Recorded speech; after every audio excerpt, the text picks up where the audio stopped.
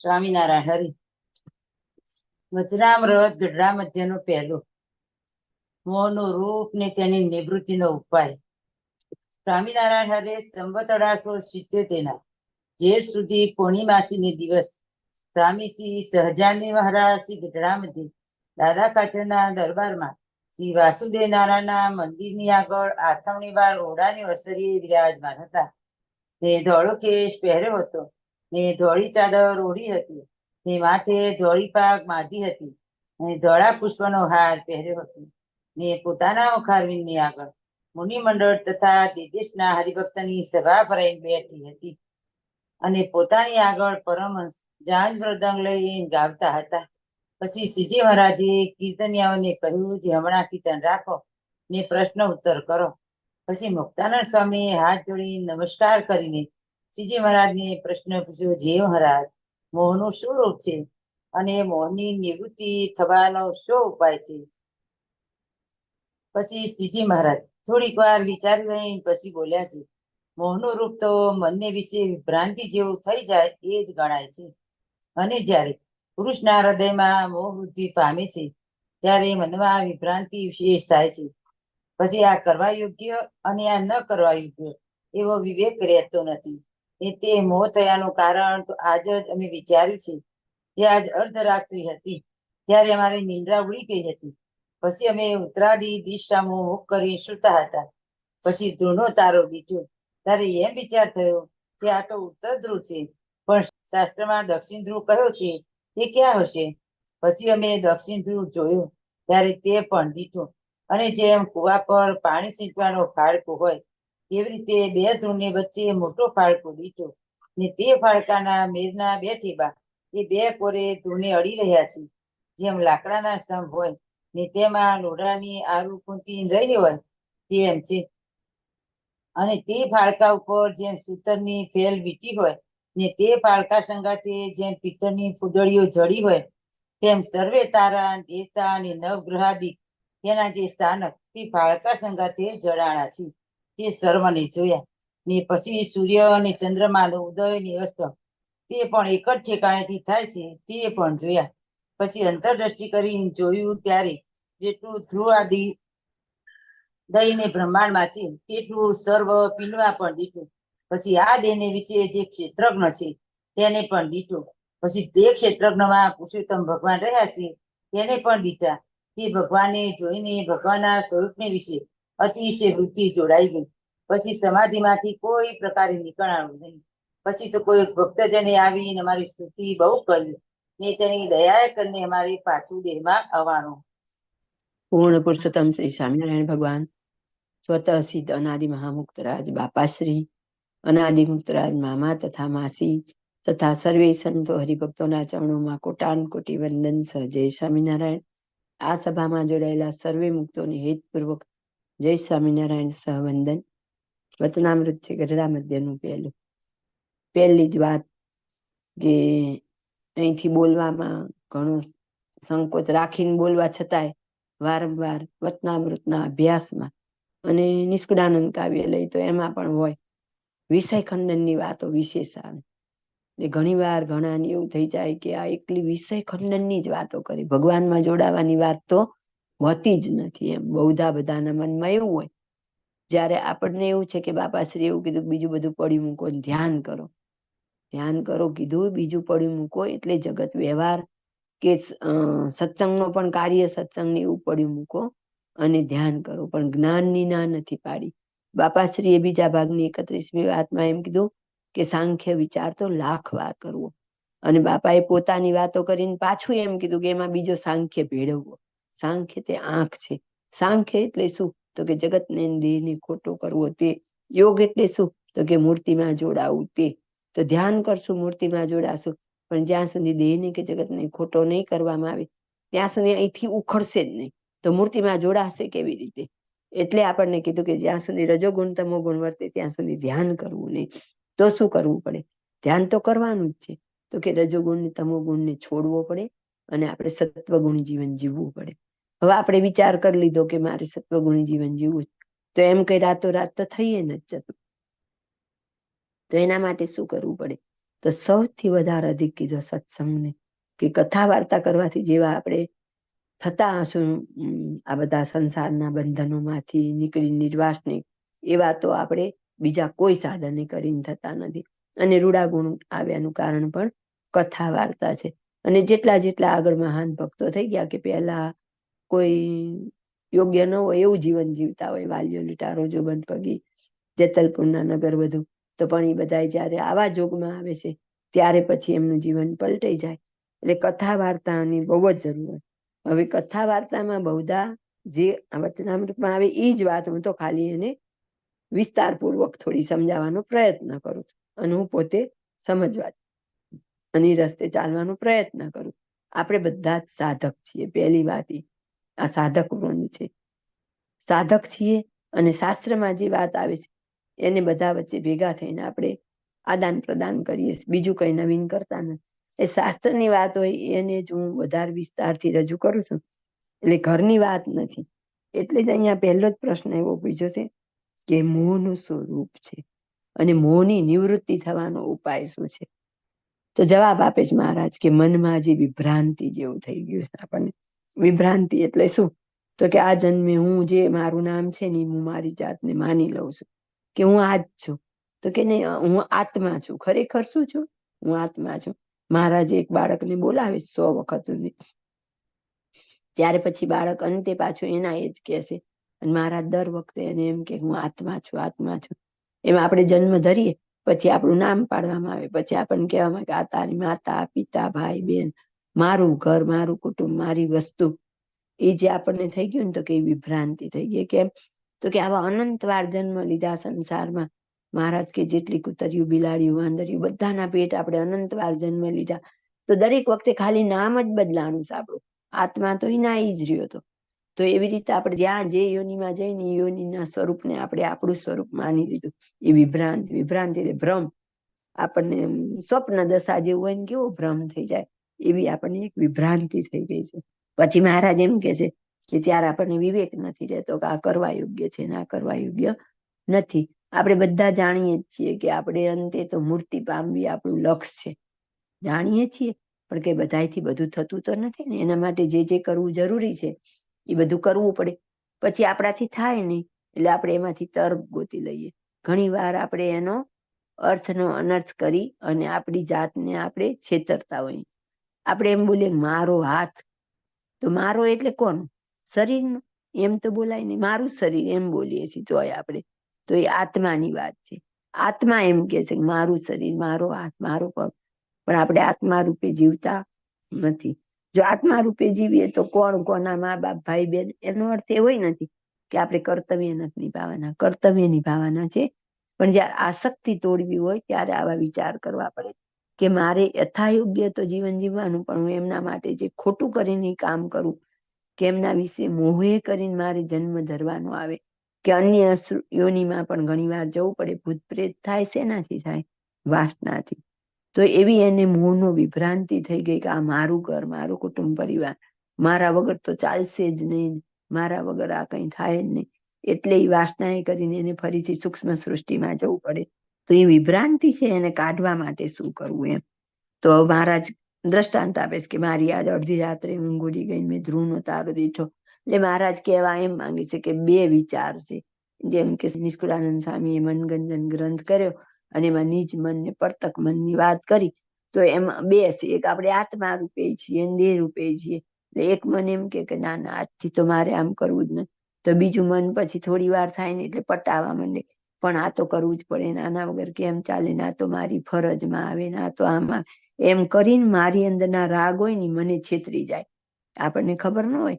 અને ઘણી વાર હવે આ રસ્તે ચાલવાથી ખબર પણ પડતી હોય કે આ તો હું છેતરવું છું, પણ તેમ છતાંય મને ગમતું હોય, મારા વિષયના રાગ મને પોષવા હોય, એટલે હું આંખ આડા કાન કરું.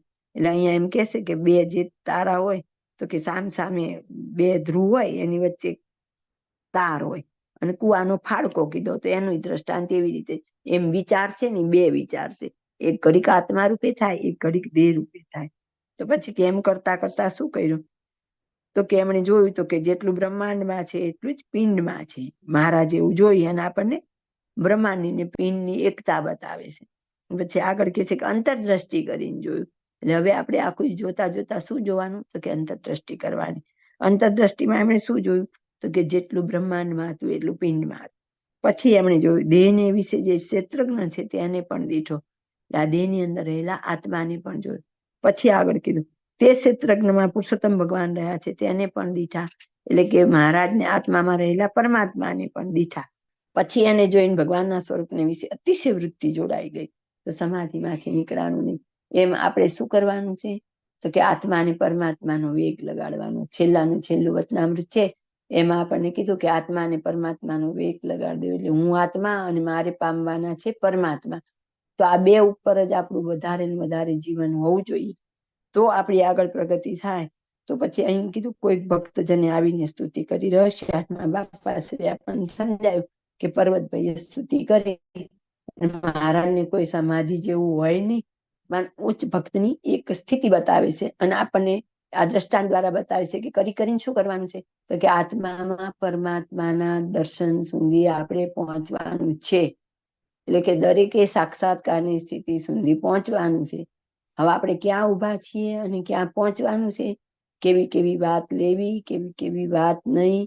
આપણે શું કરીએ? તો કે મારે કંઈક ઊંચું મારાથી વર્તન થતું નથી, તો હું શું કરીશ? મારી જ જાતને છેતરવા મને સારું પ્રોત્સાહન મળી રહે, ઢાંક પીછોડો મળી. એટલે ઘણી વાર મોટા પાસે હું પ્રશ્ન એવા પૂછીશ કે જેથી કરીને મને પ્રોત્સાહન મળી જાય કે આપણે તો આ કરાય, આપણે સંસારમાં રહ્યા. પણ જયારે મોટાઓ જવાબ આપતા હોય ત્યારે દ્વિઅર્થી હોય. હવે દ્વિઅર્થી ઘણી વાર આપણે જાગતા ઊંઘીએ, આપણને ખબર હોય, પણ મારી અંદર જે રાગ હોય ને એ વાક્યને પ્રધાનપણું આપું. ધારો કે આ વખતે ભાઈએ જે વાત કરેલી એમાં કોઈ પ્રશ્ન સકામ ઉપર પૂછેલો, તો ભાઈએ શરૂઆત કરી. હવે એ પ્રવચન આપણે આમાં મૂકી દીધું, જેને સાંભળવું હોય એને ધ્યાનથી જોવાનું. શરૂઆતમાં જ ભાઈએ કહી દીધું એ તો જેને એકાંતિક થવું હોય એની વાત છે, જે નિષ્કામ ભક્તિ છે ને એના માટે છે એમ. પછી વચ્ચે બધું કહી દીધું કે સંસારની વિટમણામાં હોય એટલે બીજે જવું એના કરતા મહારાજ પાસે માંગવું. વળી છેલ્લે પાછી વાતને વાળેલી જ છે પણ જેને આવું થવું છે એના માટે કઈ નથી. હવે ત્યાં જે બે ધ્રુવની વાત થઈ ને એના જેવી વાત થઈ. એક વિચાર આય છે ને એક વિચાર આય છે. પછી આપણો વિચાર કયો શ્રેષ્ઠ કરવો? તો કે જેવો આપણને સંગ, પહેલી વાત સંગ. પછી જે વાત કરનાર છે એની વાતમાં વિશ્વાસ. 2-4 દિવસ પહેલા જ મારી એક બેનનો ફોન હતો, હું બહુ પ્રત્યક્ષ પરિચયમાં નથી, તો એમણે એમ કીધું કે અમારા ઘરના મેમ્બરને એટેક આવી ગયો, તો હું આ વખતે સકામ ન થઈ, હું નિષ્કામ જ રહી. અને જે રિઝલ્ટ આવ્યું એનાથી બેન રાજી હતા. તો એ પાત્રતા એની, એટલે એને સ્વીકાર લીધું, તો એનું કામ થઈ ગયું. હવે મારે હજી બધામાં મોહ ભરેલો હોય, મારે બધું હજી આ લોકનું સુખે હારે હારે જોતું હોય, તો એના માટે સકામનો માર્ગ ખુલ્લો છે. પણ એટલું યાદ રાખવાનું, જન્મ બીજો ઊભો છે. ત્યારે આપણે કન્ફ્યુઝન હોય, ત્યારે આપણે વિચાર કરવાનો. એમ શાસ્ત્રમાં બધી વાત દ્વિઅર્થી હોય, કઈ પકડવી. અને એ એવું હોય ને, આપણી કેપેસિટી હોય એટલું જ પકડાય. ધારો કે ભુજ આવવું છે એટલે ગાડીથી અવાય, બસથી અવાય, પછી ટ્રેનથી અવાય ને પ્લેનથી અવાય. એમાં બધા સાનુકૂળતા ના જોવા જોઈએ. પ્લેનમાં તો આવું તો કે મારી એટલી બધી ટિકિટનો મારી પાસે કેપેસિટી છે કે નહીં, નથી તો એને ચોકડી વાગી જાય. પોતાની ગાડી લઈને આવું તો ઘરની ગાડી છે કે નહીં, ડ્રાઈવર છે કે નહીં જોવું પડે.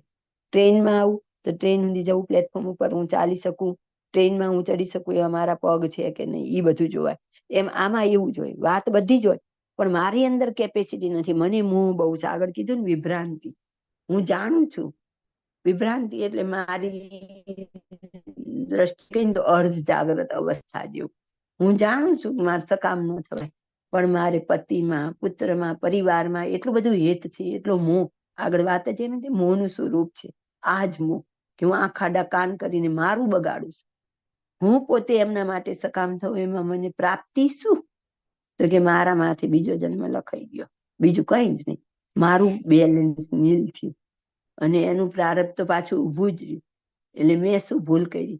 પણ ત્યારે છે ને આ બધું જ્ઞાન ઘડીક વાર માટે વિસરાઈ જાય અને ત્યારે પાછી ભૂલ થઈ જાય. અને પછી ત્યારે આપણે વિભ્રાંતિ જેવું થઈ જાય. મોહ આપણને વિભ્રાંતિ કરાવે. અરે આવડા મોટા છે ને કીધું જ તો ને ભાઈ, મહારાજ પાસે મંગાય, બીજા પાસે ન મંગાય. આપણે ક્યાં ત્યારે કઈ હનુમાનજીની બાધા રાખવી છે કે માતાજીની રાખવી છે?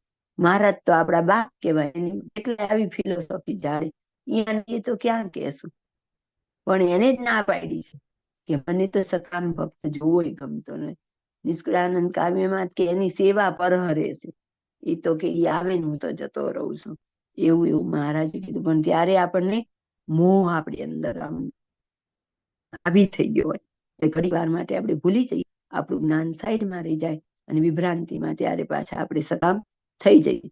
પછી ધીમે ધીમે ધીમે જેમ આપણું ચૈતન્ય બળવત્તર થાય, સંગ જેવો થાય, જેવી વાત સાંભળીએ, કડકની વાત સાંભળીએ, ત્યાં એક ને એક બાપાની વાત છે, ધારો કે સ્પષ્ટ જ આમ કરાય ને આમ ન કરાય, આમ કરાય ને આમ ન કરાય, એ મારી બહુધા વાત એવી હોય, સ્પષ્ટ જ વાત, ગોળ ગોળ નહીં. તો હવે જેને એટલી આકરી સહન થાય તો થાય, ન થાય તો કઈ ગમે, તો કે ઘડીક વાર માટે મને પાછી ઓલી વાત એ ગમે. એ જ આપણી વિભ્રાંતિ છે. આપણે એક નક્કી નથી કરી શકતા કે હું આત્મા છું અને પરમાત્માને મેળવવા એ મારો ગોલ છે. આ બે જ લક્ષ્ય રાખવાનું છે. જેને ખરેખર છેલ્લો જન્મ કરવો હોય એના માટેની આ વાત છે. અહીંયા મહારાજ એમ કીધું કે જયારે ભગવાનના સ્વપ્ન વિશે અતિશય વૃત્તિ જોડાઈ ગઈ, પછી સમાધિમાંથી કોઈ પ્રકારની નિસરાણું નહીં. મામાએ બાપાએ બધાએ આપણને કીધું કે એકાંતિક એટલે શું, કે એક મહારાજ સિવાય બીજી કોઈ જ ઈચ્છા ન રહે એકાંતિક. પછી બધેથી મન આપણું નિવૃત્તિને પામતું જાય. એટલે આમાં આગળ પંચ વિષયની વાત આવશે જ, ત્યારે આપણને બધી વિષયમાંથી મન ઉખડી એક મહારાજમાં જ મન રહે. તો કે વિષય ઉખાડવા શું કરવું, તો કે જગતમાંથી ભગવાન સંબંધી કરવા. પછી ધીમે ધીમે એમાંથી એ બધું ભગવાનનું જોઈ, જેમ કીધું ને કે આંખ છે એ પંખીની જ છે, એમ આખો સત્સંગ છે એ મહારાજનો છે. પણ પછી એની એ બધી પ્રવૃત્તિમાંથી, જેમ મધ્યના 22માં કીધું ઉત્સવ સમયાની, તો કે બધામાંથી રસ ઉખડતો જાય અને એક મૂર્તિમાં વૃત્તિ રહેતી જાય. ત્યારે આપણે આગળ પહોંચી. તો એ આપણું અંતિમ લક્ષ્ય છે મૂર્તિ.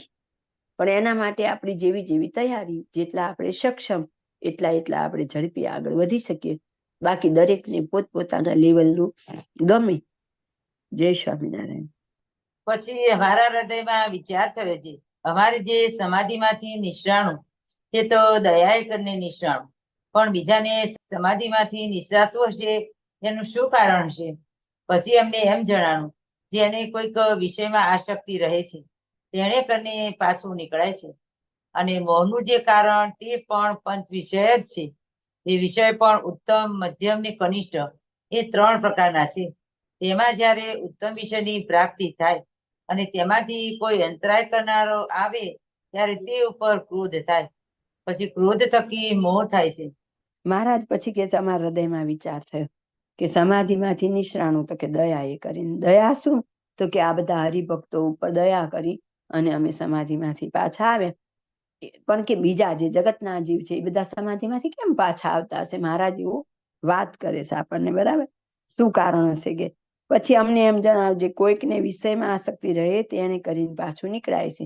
એટલે સમાધિમાંથી પણ વિષયની આસક્તિ પાછા લાવે. અને એનું દ્રષ્ટાંત આપણી પાસે છે કે રામકૃષ્ણ પરમહંસને કાયમ સમાધિ થતી, ત્યારે એમના પત્નીને સ્વામી વિવેકાનંદ બધા પૂછતા કે તમને સમાધિ થાય તો અમારે કેમ સમજવું કે તમારો જીવ હજી ખોડિયામાં છે? એમ કે તમે દેહ છોડી દીધો હોય તો અમને ખબર કેવી રીતે પડશે? તો એમણે કીધેલું કે તમે સારા થાળ કરી અને મૂકવાના, અને જો હું ન આવું તો સમજી જજો કે હવે હું આ દેહમાં નથી. તો એવી જ રીતે શાંતાનંદ સ્વામી હતા, એમને પણ સમાધિ થઈ જતી ને બધા સંતો સાથે વિચરણમાં નીકળે. એટલે જ્યાં એમને સમાધિ થઈ જાય તો પછી એમને સાચવવા બહુ અઘરા પડતા. પહેલાના જમાનામાં વાહન પણ નહોતા, ચાલીને એક જગ્યાએથી બીજી જગ્યાએ જવાનું હતું. પાછું એક જગ્યાએ બહુ ઝાઝા દિવસ રોકાવાની મહારાજની આજ્ઞા નહોતી. તો આ સંતને લઈને કેવી રીતે બધે ફરે? ગોપાળાનંદ સ્વામીને વાત કરે, અમને બહુ સમાધિ થઈ જાય.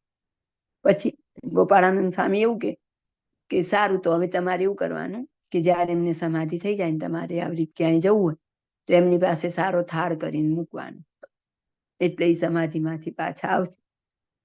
એમને સમાધિ થતી એટલે આપણા જેવા પંચ વિષય ન હોય, પણ ઊંડાણમાં સેજ રહી ગયા હોય. તો આપણે એમાં આવી શબ્દ સ્પર્શ રૂપ રસ ને ગંધ. સામાન્ય રીતે આપણને એવું થાય કે ગંધનું વળી શું એટલું મહત્વ હશે? પણ જો રામકૃષ્ણ પરમહંસની પાસે થાળ મૂકે તો એમને દેખતા તો નહોતા. કયું તત્વ, 5 વિષયમાંથી એમને કયું તત્વ ખેંચતું હતું? ગંધ. કારણ કે નાસિકા ચાલુ હોય એટલે નાસિકાથી ગંધ આવતી એમને સારા ભોજનની, અને ખેંચાઈને આવતા. એમ શાંતાનંદ સ્વામી પણ થાળની સુગંધથી આવતા. એટલે અહીંયા મહારાજે કીધું કે સામાન્ય જે જીવ છે એ બધા કેવી રીતે પાછા આવે? તો કે વિષય છે ને એની આસક્તિ એને લાવે. હવે આપણે બધા ધ્યાન કરવું છે, ધ્યાનમાં તો વિષય છે ત્યાં સુધી જોડાવાશે પણ નહીં. એટલે ગોપાળાનંદ સ્વામી 351મી વાતમાં ચોખ્ખું જ કીધું, આ ધ્યાન કરે ત્યારે વિષય ટળે કે વિષય જીતે ત્યારે ધ્યાન થાય? તો કે વિષય જીતે ત્યારે જ ધ્યાન થાય. જ્યાં સુધી એમાં આસક્તિ છે એટલે આપણે અહીંયા બેસશું એટલે રજોગુણ તમોગુણના જ ભાવ આવવાના. હવે ધ્યાન એટલે એકાગ્રતા કરવી. ધ્યાનમાં મૂર્તિ સિદ્ધ કરશું તો મૂર્તિ મળશે. અને ધ્યાનમાં બેસીને જો રજોગુણ તમોગુણના વિચાર આપણી અંદર ચાલતા હશે તો એ વધારે બળવત્તર બનશે, એટલે ફાયદાના બદલે નુકસાનકારક બનશે. ત્યાં બેસીને આપણને રસોઈના કે હરવા ફરવાના કે કપડાના વિચાર આવ્યા કરશે તો એ વિષય પાકો થશે. ધ્યાન એટલે એકાગ્રતા. જે વિષય ઉપર આપણું ફોકસ જાય ને પાકું થાય. મૂર્તિ પાકી થાય તો મૂર્તિ મળશે. અને જો કોઈ વિષયમાં મન ગરી ગયું, હવે આપણે કોઈ દિવસ એવું ઊંડા ઉતરીને વિચારી કરીએ છીએ? જ્યાં સુધી જેને વિષય છોડ્યા નથી ધ્યાન કોઈ કાળે થાય જ નહીં. એક પણ શાસ્ત્ર પ્રમાણ કરતું નથી. કોઈ શાસ્ત્ર આ પાડી નથી કે બધા વિષય ભોગમાં ડૂબેલી વ્યક્તિ ધ્યાનમાં જોડાઈ શકે. હા, કોણ જોડાઈ શકે? તો કે જે મુક્ત દશાને પામી ગયેલા જ હોય અને અહીં આ સંસારમાં આવે, ધારો કે મામા છે, બાપા છે, ગોપાળાનંદ સ્વામી, ગુણાતીતાનંદ સ્વામી, એવા જે મહાન સિદ્ધ મુક્તો આવે તો એના માટે વિષય જેવું કઈ હોતું જ નથી. એને તો ખાલી બાહ્ય દેખાવ માટે એવું હોય તો એને કોઈ બંધન ન કરે વિષય. પણ જેને હજી સિદ્ધ દશા આવેલી નથી અને સાધક છે, સાધન દશામાં છે, એને જ્યાં સુધી વિષયનો રાગ રહે ત્યાં સુધી કોઈ કાળે સાક્ષાત્કાર થાય નહીં.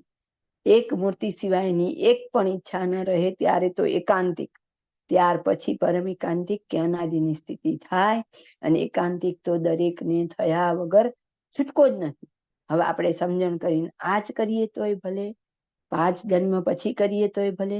બાપાશ્રીએ તો પહેલા ભાગની 168મી વાતમાં કહી દીધું, લાખ જન્મે પણ પંચ વિષયનો અભાવ કર્યા વગર છૂટકો નથી. મોટાના શબ્દ છે. બાપાશ્રીએ આપણને એવું કીધું 250મી વાતમાં, ભગોડી ભેંસનું દૂધ સારું એવું રહે ત્યાં સુધી મૂર્તિ ન મળે. હવે આપણે વિચારીએ કે આપણને છે કે નહીં, અમૂલનું ગોલ્ડ હારું, તાજા હારું, શક્તિ હારું, આમના ઘરેથી મળે એ હારું, આ ઘી આવે એ હારું, અને આપણે વાતો મૂર્તિની કરવી છે. હા, ધ્યાનનો અભ્યાસ ચાલુ રાખવાનો, પણ સાથે સાથે વિષય ત્યાગવાનો અભ્યાસ જો સરખો રાખશું તો જ ઝડપી પ્રગતિ થશે. બાકી મામાએ આપણને કહી દીધું, યાંત્રિક રીતે ધ્યાન કરવાથી કોઈ જ પ્રાપ્તિ થતી નથી. યાંત્રિક ધ્યાનથી કઈ પ્રાપ્ત ન થાય. સાથે સાથે તો આટલા બધા શાસ્ત્ર શું કામ બનાવે? આ આખું વચનામૃત આપણે પૂરું કરશું. મહારાજ એક જગ્યાએ એમ નહીં કીધું કે મૂર્તિ ધારીને બેસી રહેજો, બધા વિષય ભોગવનારે ધ્યાન કરજો, નહીં આવે ક્યાંય. કારણ કે આ બધીથી મનને ઉખાડવું જ પડે. મન તો કેવું છે, એક નાની નાની વસ્તુ છોડવાનો જે પ્રયત્ન કરે એને ખબર પડે કે એક નાની વસ્તુ છોડતા આપણને 9 નીચા ઉતરી જાય. ત્યારે આપણને ખબર પડે કે વિષયને છોડવા સહેલા નથી. એટલે અહીં મહારાજ એમ કીધું, કોઈ વિષયમાં આસક્તિ રહે છે તેને કરીને પાછું નીકળાય. અને મોહનું જે કારણ છે તે પણ પંચ વિષય છે. આગળ પ્રશ્ન શરૂઆત એવી હતી વચનામૃતની, મોહનું શું રૂપ છે અને મોહની નિવૃત્તિ થવાનો ઉપાય શું છે? ત્યાં સુધી આપણે પ્રશ્ન અને ઉત્તર નહીં સમજીએ ત્યાં સુધી વચનામૃતનો કોઈ અર્થ જ નથી. આ વચનામૃત આખું મને કંઠસ્થ હોય તોય મને કોઈ પરિણામ ન મળે, પણ આ પ્રમાણેનું જીવન જીવવાનો એક થોડો કઈ પ્રયત્ન કરું તો મને થોડીક સફળતા મળે. આપણી થોડીક પુરુષ પ્રયત્ન અને સામે મહારાજની અઢળક કૃપા. પણ બાપાશ્રી કે સુતા સુતા મૂર્તિ માંગે તો એમ તો ક્યાંથી મળે? બાપા કે 6 મહિનામાં મૂર્તિ સિદ્ધ થાય, પણ ખાટું ખારું તીખું તમતમું આદિ એકેના ભાવ ન રહે તોની શરતમાં શું આવ્યું? દિવસની 10 કલાક ધ્યાન કરે તો, દિવસની 20 કલાક ધ્યાન કરે તો, એવું નથી આવ્યું. આમ જ આવ્યું કે પંચ વિષયની નિવૃત્તિ કરે તો. જ્યાં જ્યાં બાપાએ કીધું હશે ત્યાં પાછળ અડધું વાક્ય જ આપણે લીધું હોય, અડધા વાક્યમાં આ શરત હોય, અને દરેક જગ્યાએ શરત ફક્ત પંચ વિષયની જ હોય. ત્યારે આપણે જોવું. અને જો આંખ આડા કાન આગળ કીધું તો વિભ્રાંતિ, તો આપણે જે મગજને આપણે આમ થોડીક વાર કહી દે, હોય આવી તો બોલ્યા કરે, એવું કઈ ન હોય, સંસારમાં રહ્યા છીએ, આ તો બધું કરવું પડે, આવું થોડું ચાલતું હશે ને, આવું તો કોઈનું જીવન બની જ ન શકે. તો એ કોણ કરાવે છે? આપણામાં રહેલો મોહ આપણને વિભ્રાંતિમાં નાખે, આપણા મગજને અવઢવ કરે. પણ આવડા મોટા અક્ષરધામના અધિપતિ બોલે છે, કોઈના ઘરનું તો વાત છે નહીં. આ તો અક્ષરધામના અધિપતિ બોલે છે, તો એ વાત ક્યાંથી ખોટી હોય? એટલે અહીંયા એમ કે છે વિષય પણ ઉત્તમ, મધ્યમ ને કનિષ્ઠ એ 3 પ્રકારના છે. મોહનું કારણ પણ 5 વિષય છે, અને એમાં પણ કે 3 પ્રકારના છે. અને સામાન્યપણે તો સ્ત્રોતને અને શબ્દને સદા સંબંધ છે, અને ત્વચા અને સ્પર્શને સદા સંબંધ છે. એવી રીતે પંચ જ્ઞાન ઇન્દ્રિયોને પંચ વિષયનો સંબંધ છે. માટે જે પદાર્થને સામાન્યપણે જોયું હોય ને તે પદાર્થમાંથી વૃત્તિને તોડીને ભગવાનના સ્વરૂપમાં રાખવી હોય તો તેમાં કોઈ દાખલો પડે નહીં. સહેજે તે રૂપ વિષયમાંથી વૃત્તિ તૂટીને ભગવાનના સ્વરૂપમાં રહે. અને જો શ્રી આદિકનું અતિશય રમણીક રૂપ દીઠામાં આવી ગયું હોય ને તેમાં વૃત્તિ જોડાણી હોય ને પછી જો ભગવાનના સ્વરૂપમાં વૃત્તિ રાખવા જાય તો રહે નહીં, અને ચિત્ત પણ એ ઠેકાણે રહે નહીં. માટે જ્યાં સુધી રમણીક પંચ વિષયમાં ચિત્ત લોભાય છે ત્યાં સુધી મોહ ટળે નહીં. અને જ્યારે એને ગમતો વિષય હોય ને તેમાં ચિત્ત તણાણું હોય ને સંત તથા ગુરુ તથા પોતાના ઈષ્ટદેવ જે ભગવાન તે જો નિષેધ કરે તો તે ઉપર રીસ ચડે અને તેનો દ્રોહ થાય, પણ તેનું વચન મનાય નહીં. એવું જેના અંતરમાં વર્તતું હોય તેને મોહ કહીએ. જય સ્વામિનારાયણ. તો હવે તો બધાને છે ને પોતાની રીતે આ વાત સમજે જાય એવા આપણા ગ્રુપના બહેનો એટલા તૈયાર થઈ જ ગયા છે. હવે મહારાજ એમ કીધું કે વિષય પણ 3 પ્રકારના હોય, ઉત્તમ, મધ્યમ ને કનિષ્ઠ. એમાં ઉત્તમ વિષયની પ્રાપ્તિ થાય ને કોઈ અંતરાય કરે ત્યારે ક્રોધ થાય. હવે આપણને કોઈ વસ્તુ આપણી એક જો નાનામાં નાની દૈનિક ક્રિયામાં જ આપણે બધા નિરીક્ષણ કરવાનું. એક્ઝામ્પલ કે આપણા ઘરમાં ફ્રીજ બગડી ગયું છે, નવું લાવવાનું છે, કે ગાડી નવી લાવવાની છે, બરાબર? એટલે બજેટ નક્કી થાય, પછી કંપની કેટલી હોય એમાં નક્કી થાય. એટલે જનરલી બધું જેન્ટ્સ કરે, પણ જ્યાં કલરની વાત આવે ને ત્યાં આપણે કૂદી પડ્યા હોય. એટલે એક કહેશે કે લાલ લેવો છે, એક કે સફેદ લેવો છે, એક કે પીળો. જનરલી એવું બનતું જ હશે કે એનો આનંદ હોય નહીં કરતા થોડીક મનમાં આ ખટકતો હોય, મને તો આ કલર વધારે ગમતો હતો પણ એમણે આ લીધો. એવી કોઈ પણ ચીજ છે એમ નાનામાં નાની, પણ જયારે આપણને એમાં એકેયમાં રસ જ ન હોય, જે હોય મારે તો ફ્રીજથી કામ છે ને જે કલરનું લાવે, હા કદાચ એવું હોય કે ડબલ ડોર વાળું કે સિંગલ ડોર વાળું આમાં બરફ થાય ને મારો આગળ પડે, એવી જરૂરત માટે વિચારતા હોય તે વાત જુદી છે. પણ જો આપણે આવી વાતમાં આપણને તકલીફ પડતી હોય, મોટે ભાગે કલરમાં પડે જ છે. તો આ નાની નાની વાત, આ તો ખાલી આપણી સામાન્ય જીવનની વાત છે કે આપણને ખબર પડે કે નાની નાની વાતમાં આપણે ક્યાં ક્યાં બંધાયેલા હોઈએ છીએ. સાડી લેવાની થાય ત્યારે આપણને કેટલા કલરની ચોઈસ હોય. પહેલા તો એવું હતું કે પહેરામણીની સાડી આવે કે ઘરમાંથી બધા માટે એક સરખી આવે, તેમાંય મોઢા આપણા બગડે. એટલે દરેક વસ્તુ રંગ રૂપ બધાની વાત છે. એટલે અહીં એમ કીધું કે ત્યારે આપણને ક્રોધ આવે, તો આપણને જે ગમતો વિષય હોય અને એમાં આપણું કોઈ ન માને ને ત્યારે આપણને પછી ગુસ્સો આવે, કેમ મારું ધાર્યું ન થયું. એટલે પછી ક્રોધ થકી મોહ થાય છે. આગળ વાત હતી મોહની, અંતે ક્યાં આવ્યા તો કે પંચ વિષય. મોહનું કારણ શું તો કે પંચ વિષય. હવે કે સામાન્યપણે સ્તોત્રને ને શબ્દને સંબંધ છે, ત્વચાને ને સ્પર્શને આપણને ખબર છે કાનેથી સાંભળીએ શબ્દ એટલે એની અંદર અસર થાય. આપણને કોઈ આવીને બે ધડક મન ભાવે એમ કે જોઈ હવે તું તો મોટી કેવી ભક્તાણી થઈ ગઈ, કેવા તું કામ કરતી ફરસને જોઈ મોટી અભિમાની છું, તું આવી છું તેવી, ત્યાં ચોટી ઊંધી ચડી જાય. અને કોઈ આવીને વખાણ કરી જાય, હા શું તમે તો સભા ચલાવો, કેવું તમારું જ્ઞાન, ત્યાં ચોટી ઊંધી ગર્વ ચડી જાય. ઓલો ક્રોધ ચડી જાય, ના ગર્વ ચડી જાય. બે અસર શેનાથી થઈ? શબ્દથી થઈ. પણ બે ની અસર કેવી થઈ? એક ઉત્તર થઈ ને એક દક્ષિણ થઈ. કેવળ ને કેવળ શબ્દ. શબ્દ તો પાછા કક્કાના જ હતા, પણ એ શબ્દ પાછળનો અર્થ હતો ને એ આપણી અંદરનું જે અહમ પોસાય એવું હતું. અને જયારે હર્ષ શોક રાગ દ્વેષ થી પર થઈ જઈએ, બધું જ સમ થઈ જાય, ત્યારે એકેય શબ્દ અસર કરે નહીં. એટલે અહીં કીધું ને ક્રોધ આવે અને પછી મોહ થાય. પછી આગળ એમ કીધું હવે જે સામાન્યપણે જોયું હોય ને પદાર્થમાંથી વૃત્તિ તૂટી જાય એટલે આપણે મંદિરે ગયા, આપણે તો વધારે મંદિર જવાનું, બરાબર? અને પ્રસંગ છે અને બધા આવેલા છે હરિભક્તો બેનો, તો સામાન્ય રીતે બહુ નજર નહીં હોય કે આ બેને આવી સાડી પહેરી હતી, આવી પહેરી, પણ કોઈની સાડી એટલો વિશિષ્ટ કલર હોય અને કાં અતિશય ખરાબ હોય તો બે માં વધારે નજર જાય. કોઈ વ્યક્તિ અતિશય રૂપવાન હોય તો એની ઉપર આપણી નજર ખાસ જાય, અને કાં અતિ કૃપવાન હોય તો એના પર સામાન્ય ઉપર નહીં જાય. તો જે સામાન્ય રીતે જે વિષય આપણે ભોગવીએ છીએ એની આપણા મગજ ઉપર કે આપણા ઇન્દ્રિયો અંતકરણ ઉપર એટલી બધી અસર થતી નથી.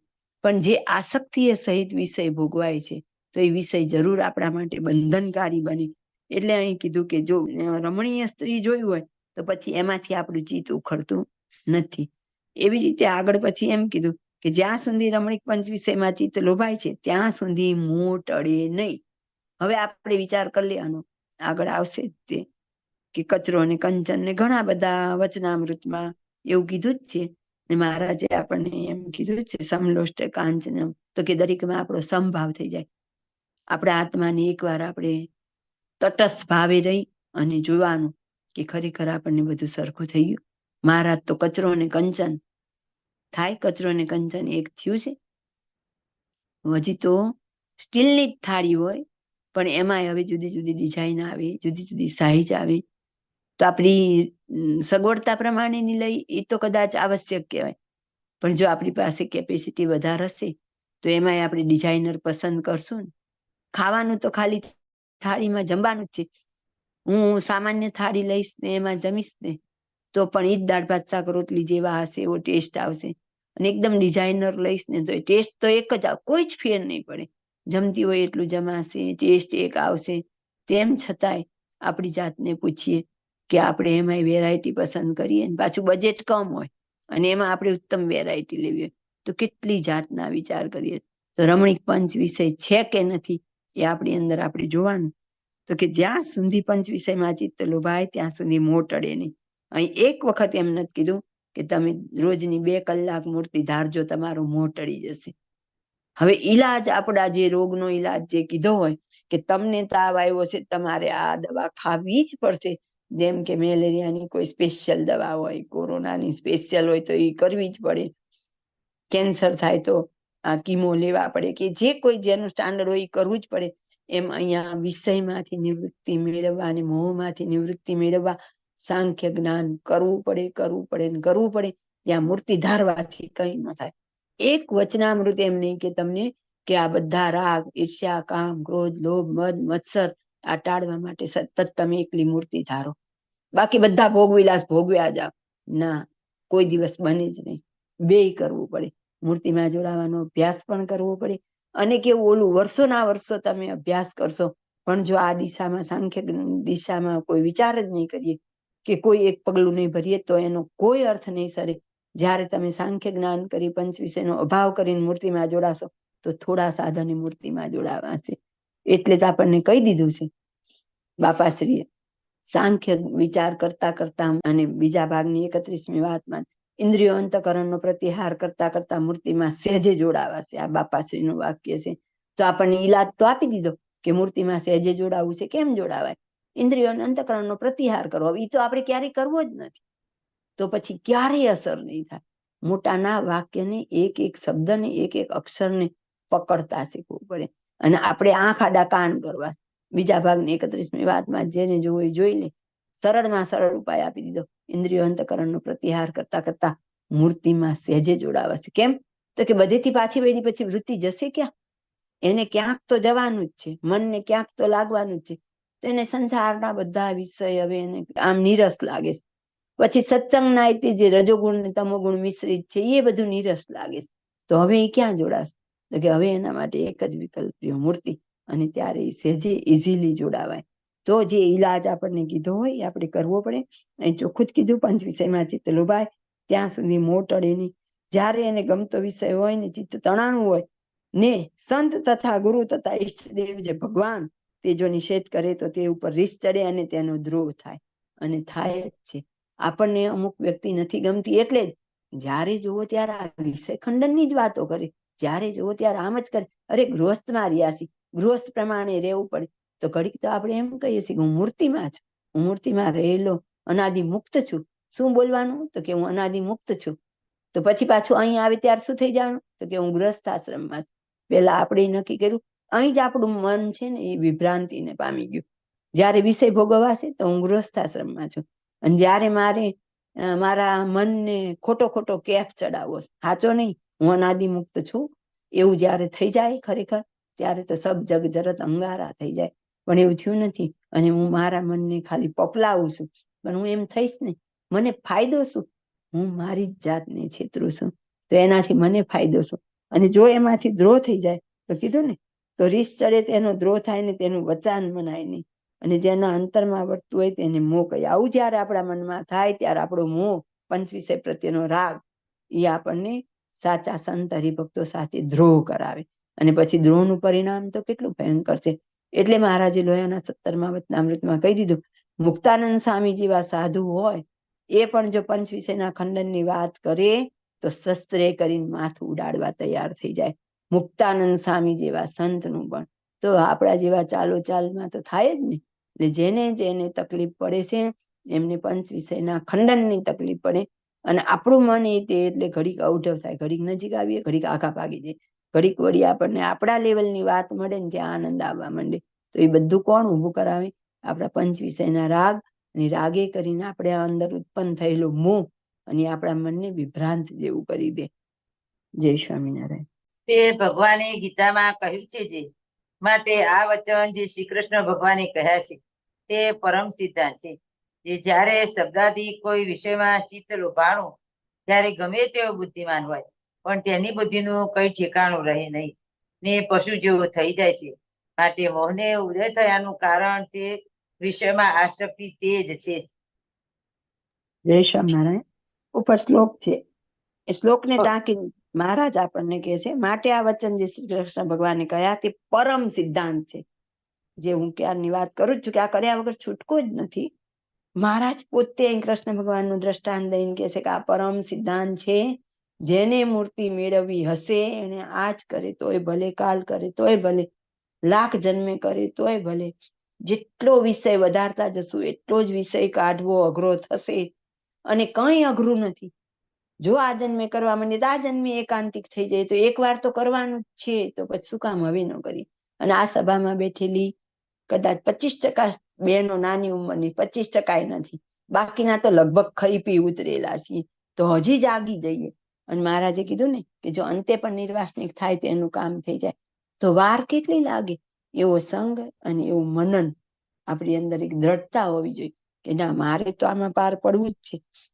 તો અહીંયા મહારાજ કે પરમ સિદ્ધાંત છે, જ્યારે શબ્દ આદિ કોઈ વિષયમાં ચિત્ત લોભાણું, ત્યારે ગમે તેવો બુદ્ધિવાન હોય એની બુદ્ધિનું કાંઈ ઠેકાણું રહે નહીં. ત્યારે એ મારવા તૈયાર થઈ જાય. કેમ? તો કે એની અંદર મોહનું ટોળું ઉત્પન્ન થયું. એટલે કેના જેવો થઈ જાય? તો કે પશુ જેવો થઈ જાય. પશુ જેવો એટલે વિવેકહીન. પશુ જેવા થવાનું કારણ શું? તો કે પશુને વિવેક નથી. એમ એ ભક્તને પણ વિવેક રહેતો નથી કે હું આ કોની વાત ઉપર પગ મૂકું છું. કારણ કે વચન તો મહારાજના. ધારો કે આ વચનામૃત આજ સાંભળીને કોઈને અભાવ આવશે તો વચન તો કોના હતા? મહારાજના. મેં તો ખાલી આને રજૂ કર્યા, બાકી કઈ વચન તો મારા. એટલે દ્રોહ થશે તો કોનો થશે? આપણે આવું કઈ હોય જ નહીં. તો એ ખંડન થશે મહારાજના વચન. માટે મોહને ઉદય થવાનું કારણ તે વિષયમાં આસક્તિ તે જ છે. વાત ક્યાં હતી? મોહની. હવે મોહની નિવૃત્તિની વાત છે. બે પ્રશ્ન હતા, મોહ તે શું અને નિવૃત્તિ કેમ થાય? મોહનું મૂળ ક્યાં નીકળ્યું? તો કે વિષયમાં આસક્તિ. હવે વિષયની આસક્તિ છોડ્યા વગર તો મોહ જવાનો નથી. અને મોહ છે એ જ જન્મ મરણનું કારણ છે.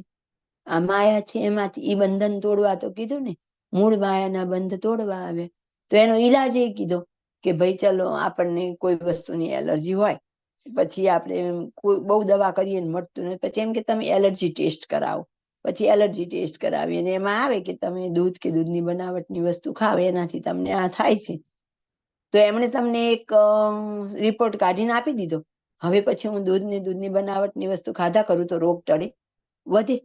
તો મારે શું કરવું પડે? તો કે પહેલા મારે એના ઉપર ચોકડી મારવી પડે. એમાં મહારાજે કહી દીધું મોહનું ઉદય થવાનું કારણ વિષય છે. તો જો મારે મોહની નિવૃત્તિ કરવી હોય તો મારે વિષય જ ઉડાડવા પડે. કોઈ કાળે છૂટકો નથી. હું આજ સમજુ તો એ ભલે. જો મને ખુદને બધા વિષય ટળી નથી ગયા, બરાબર? કે આમાં બેઠેલા લગભગ ને બધાને તો નથી ટળ્યા, કોક વિરલા હશે. તો આપણે બધા એકબીજા ભેગા થઈને શું કરવાનું? આપણે આમાં કોઈ પંડિત નથી, ગુરુ નથી, કોઈ શિષ્ય નથી, બધા એક રુચિ વાળા સમરસ છીએ.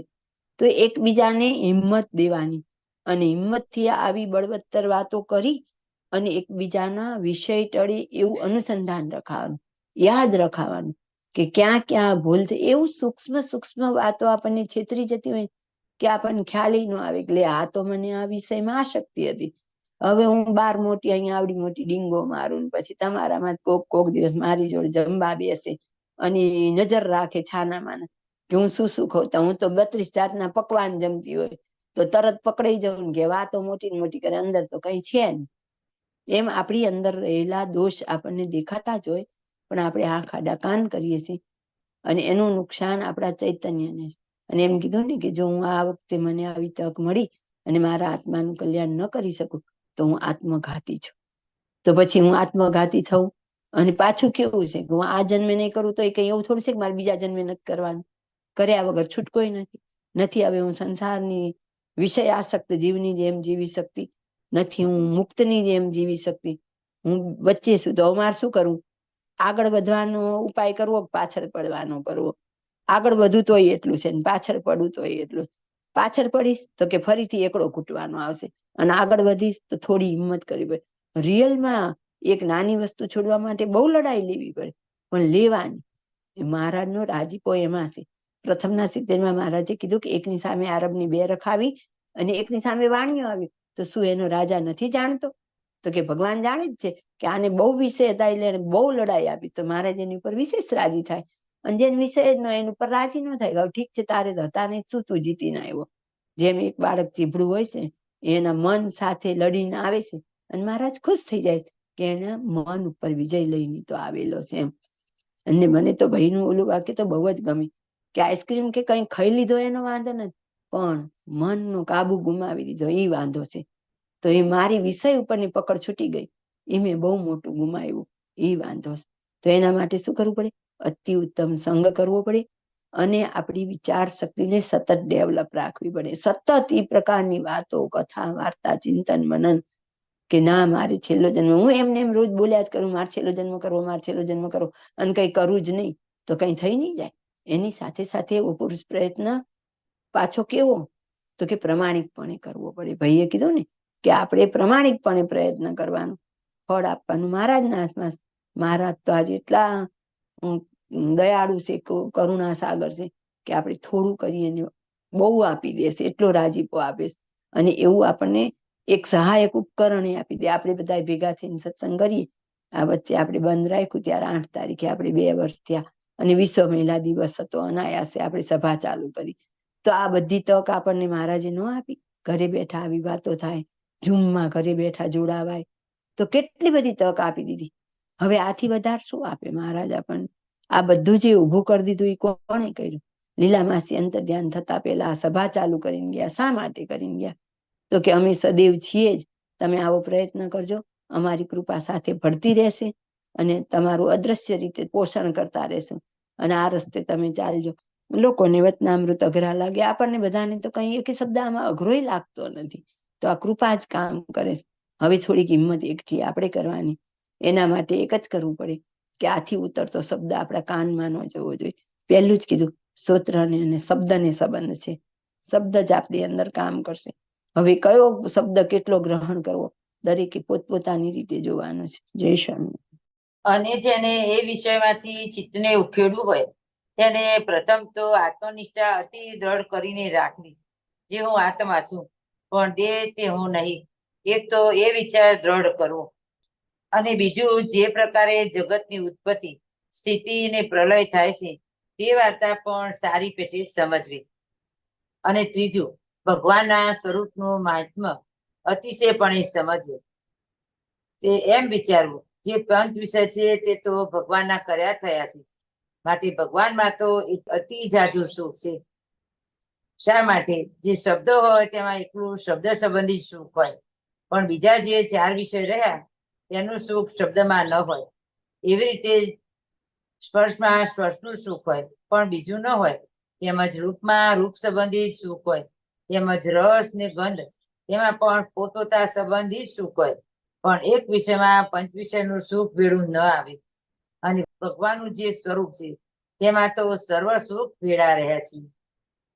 તે દર્શન કરે તો પણ તે ભક્ત પૂર્ણ કામ થઈ જાય. આગળ પ્રશ્ન હતો મોહનું સ્વરૂપ છે, બીજો હતો મોહની નિવૃત્તિનો ઉપાય. ઉપર આપણને મોહનું રૂપ કહી દીધું. પંચ વિષયમાં આસક્તિ તે જ મોહનું રૂપ છે. હવે એનો ઉકેલ જો મહારાજે પ્રશ્ન જવાબ 2 આપેલું જ છે. તો કે વિષયમાંથી ચિત્તને ઉખડવું આ મોહની નિવૃત્તિનું કારણ છે. મોહ આપણે જો કાઢવો હોય તો કે વિષય પ્રત્યેની આસક્તિ કાઢવી પડે. વિષયની આસક્તિ કાઢવા માટે શું કરવું? પાછું મહારાજ આપણને એની બધી કસરત આપી દીધી. તો સૌથી પહેલું કીધું કે આત્મનિષ્ઠા દ્રઢ કરવી. તો કે હું દેહ ને આત્મા. ધારો કે મને પુત્ર પરિવારમાં મોહ છે, તો એમ વિચારું કે હું અનંતવાર કૂતરી બિલાડી કે વાંદરી થઈ દરેકના પેટ અનંતવાર જન્મ લીધો. તો કીધું ને કે ત્યાં એને પૂર્વના છે ને અજ્ઞાને વિચાર્યા, આને જ્ઞાની કરીને વિચારો. તો કે આ ઘરમાં મારું શું છે? મારી ફરજ બજાવવાની, પણ જનક રાજાની જેમ મારે નિર્લિપ રહીને બજાવવાની. એવા બધા વિચાર કરવા, એવો સંગ કરવો. અને કે હું આત્મા છું પણ દેહ નહીં, એવો વિચાર દ્રઢ કરવો. પહેલું કારણ આપણે આ કરવું પડે. બીજું તો કે જગતની ઉત્પત્તિ સ્થિતિને પ્રલયને જાણી રાખવા. તો કે ગમે એટલું સુખ હોય, અત્યારની પરિસ્થિતિ પ્રમાણે જોઈએ તો ગાઝામાં ને યુક્રેનમાં યુદ્ધ થયા અને જે કઈ વિનાશ થયો હશે, ત્યારે કોઈને તો કેટલાય બિચારાના રંગીન સપના હશે, કોઈના બીજે દિવસે મેરેજ હશે, કોઈ નવા મકાન કર્યા હશે, વાસ્તુ હશે, કોઈ નવી ગાડી લીધી હશે, કોઈના જીવનમાં કઈ સારો પ્રસંગ હશે, અને 1 મિનિટમાં તો ચકનાચૂર સપના થઈ ગયા અને ક્યાંથી રાજામાંથી રંક બની ગયા હશે. તો કે આવું તો જગતમાં બધું ચાલ્યા જ કરે. ઘડીકમાં આવા ધર્મરાજા જેવા ને પાંડવો જેવા હતા, રામ ભગવાન જેવા હતા, સતી સીતા જેવા હતા, દ્રૌપદી જેવા હતા. તો 2 હતા તો રાજાની રાણી, પણ 2ને વનવાસ 2 વખત આવે. તો એમ કે જો રાજા રાણી હતા, દરેક 2ની માતાએ પિતાએ જયારે એમને વિદાય આપી હશે ત્યારે એને રાજરાણી તરીકે જ વિદાય આપી, પણ 2ના જીવનમાં 2 વાર વનવાસ આવે. એવા બધા સાંખ્ય વિચાર કરીએ કે વિષય તો, અને ખરેખર જો આપણે કઈ ખાઈએ છીએ બહુ સારી સારી આઈટમ, તો આપણને જયારે પ્રસંગ હોય ને 2-4 દિવસ એવું ખાધું હોય તો અંતે એમ આજ તો ખીચડી બનાવજો કે દાળ ભાત શાક રોટલી કરજો.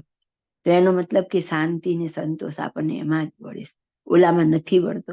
અને ક્યારેક આપણી તબિયત બહુ જ ખરાબ હોય ને આપણને મનગમતા ગુલાબજાંબુ સામે આવે અને આપણું મોઢું બહુ કડવું ને એવું થઈ ગયું, કોઈ એમ કે ખાવ ને 2 જાંબુ મોઢું સારું થઈ જશે, તો 1-2 વાર તો આપણે ના પાડશું, પછી વધારે લપ કરે ને આપણી માનસિક સ્થિતિ બરાબર નહીં હોય, આપણને કઈ ખાવાની ઈચ્છા જ નહીં થતી હોય, તો ગુસ્સો શું લપ કરો છો, પણ અહીં મોઢે તો જવું જોઈએ કે નહીં. એ જ વિષય હતો પણ આસક્તિ તૂટી ગઈ ને. એમ જયારે વિચાર કરીએ કે હું ભલે આ વિષય ભોગ મને અત્યારે ભગવાને તન મન ધન બધીથી સુખી રાખી છે, મને પચે પણ છે, પૈસો પણ છે, બધી રીતે હું કેપેબલ છું, સ્વતંત્ર છું, ખાવા માટે કોઈનો પ્રતિબંધ નથી, પણ અંતે શું કે બીજો જન્મ લેવાનો, બીજી વાર આ એકડો ઘૂંટવાનો. આ અંતે શું જો મગજમાં રહે ને રોજે રોજ કે અંતે શું, તો કે બીજી વાર એકડો ઘૂંટવાનો. હવે પછી આપણા જીવનમાં જે આપણને ન ગમતું હોય તો કે ના થશું ને વળી જન્મ લેવાનો, ભણવાનું ને લગ્ન કરવાના, છોકરા કરવાના, આ બધી લપ કરવાની, ના સંસારમાં કાવા દાવા, મારું તારું વેર છે, અંતે ઘડપણ આવે ને પછી તો આમ કે ને કે આમ ઉડતા હોય હવામાં, એવું આપણું એમ સ્પીડ હોય ને એવું કામ કરતા હોય, પણ પછી એક ઉમરો ઓળંગો હોય ને તો આપણને હિમાલય જેવડો લાગતો હોય. આમ તો આપણને લોકાલોક પર્વત જેવડો કીધો છે ઘરના ઉંબરાને, તો કે એવો થઈ જાય. આ જ શરીર, પણ આ શરીરને અત્યારે આટલો પાવર ઠોકતું હોય ને, હમણાં સાંજે જો અડધો જ તાવ ચડે ને તો બધી શક્તિ જતી રહે. તો એવા બધા વિચાર કરીએ ઉત્પત્તિ સ્થિતિ પ્રલયના, કીધું ને સારી પેઠે સમજવી. ત્રીજું ભગવાનના સ્વરૂપનો મહિમા. તો કે મહિમા સમજીએ કે જો એક વખત મૂર્તિના સુખમાં પહોંચી ગયા આ બધી કસોટી દઈ, તો પછી તો સુખ ને સુખ, પછી ક્યારેય જન્મવાનું નહીં, મરવાનું નહીં, કોઈ પંચ વિષય અડે નહીં, કોઈ લડાઈ લેવાની નહીં. તો કેવી શાંતિ. ઓલું તો ફરી પાછો આ એકડો તો ઘૂંટવાનો, બીજી વાર આવવાનું. 1 જન્મે તો આ કર્યા વગર છૂટકો નથી, તો વાય શા માટે આ વખતે નહીં, એમ એક જ વાત કે તો હું કાલ ઉપર શું કામ ટાળી દઉં છું, એવો વિચાર કરીએ. એવો મેઇન તો એવો સંગ રાખવો પડે. હવે કે તે એમ વિચારું જે પંચ વિષય છે તે ભગવાનના કર્યા થયા છે. જે જગતમાં વિષય છે એ કોણે બનાવેલા, તો કે મહારાજની મૂર્તિનું સુખ આવશે, એમાં બધું સુખ આવે. બાપાશ્રી કેવું કે એમાં તો તરેના નવીન સુખ આવે છે. એમાં પાછું એવું નથી કે એક જ સરખું, ધારો કે જાંબુ તો એમાં ગળ્યો જ ટેસ્ટ આવે, પણ મહારાજની મૂર્તિમાંથી તો પાછું બાપાશ્રી એમ કહેશે કે નિત્ય નવીન સુખ આવે, પાછા કે સુખની તો છોડો ઉડે છે. હવે એ તો જોવે છે એટલે જોઈને કે, પણ આપણને કોઈ એમ કે છે કેનેડામાં સારું સેટ થવાય છે, અમેરિકામાં અહીંથી વધારે સારું, યુકેમાં આવું, તો ચોઈસ કરીએ છીએ. એમાં આપણી ચોઈસ ઇઝ યોર, કે આપણે હવે ફરીથી જન્મ લેવો છે, ફરીથી દાખલો કરવો છે. ઘણું ભગવાને સંપત્તિ આપી હોય, ઘરમાં વિધના પકવાન રસોઈ બનાવતા હોય, પણ ડાયાબિટીસ આપી દે તો એ ગળ્યું શું કામનું? પેરેલિસિસ થઈ જાય તો, મોઢાનું કેન્સર થઈ જાય તો એ વસ્તુ કામ ન આવે. જયારે મૂર્તિ સુખમાં એવું કોઈ અવરોધ જ નથી.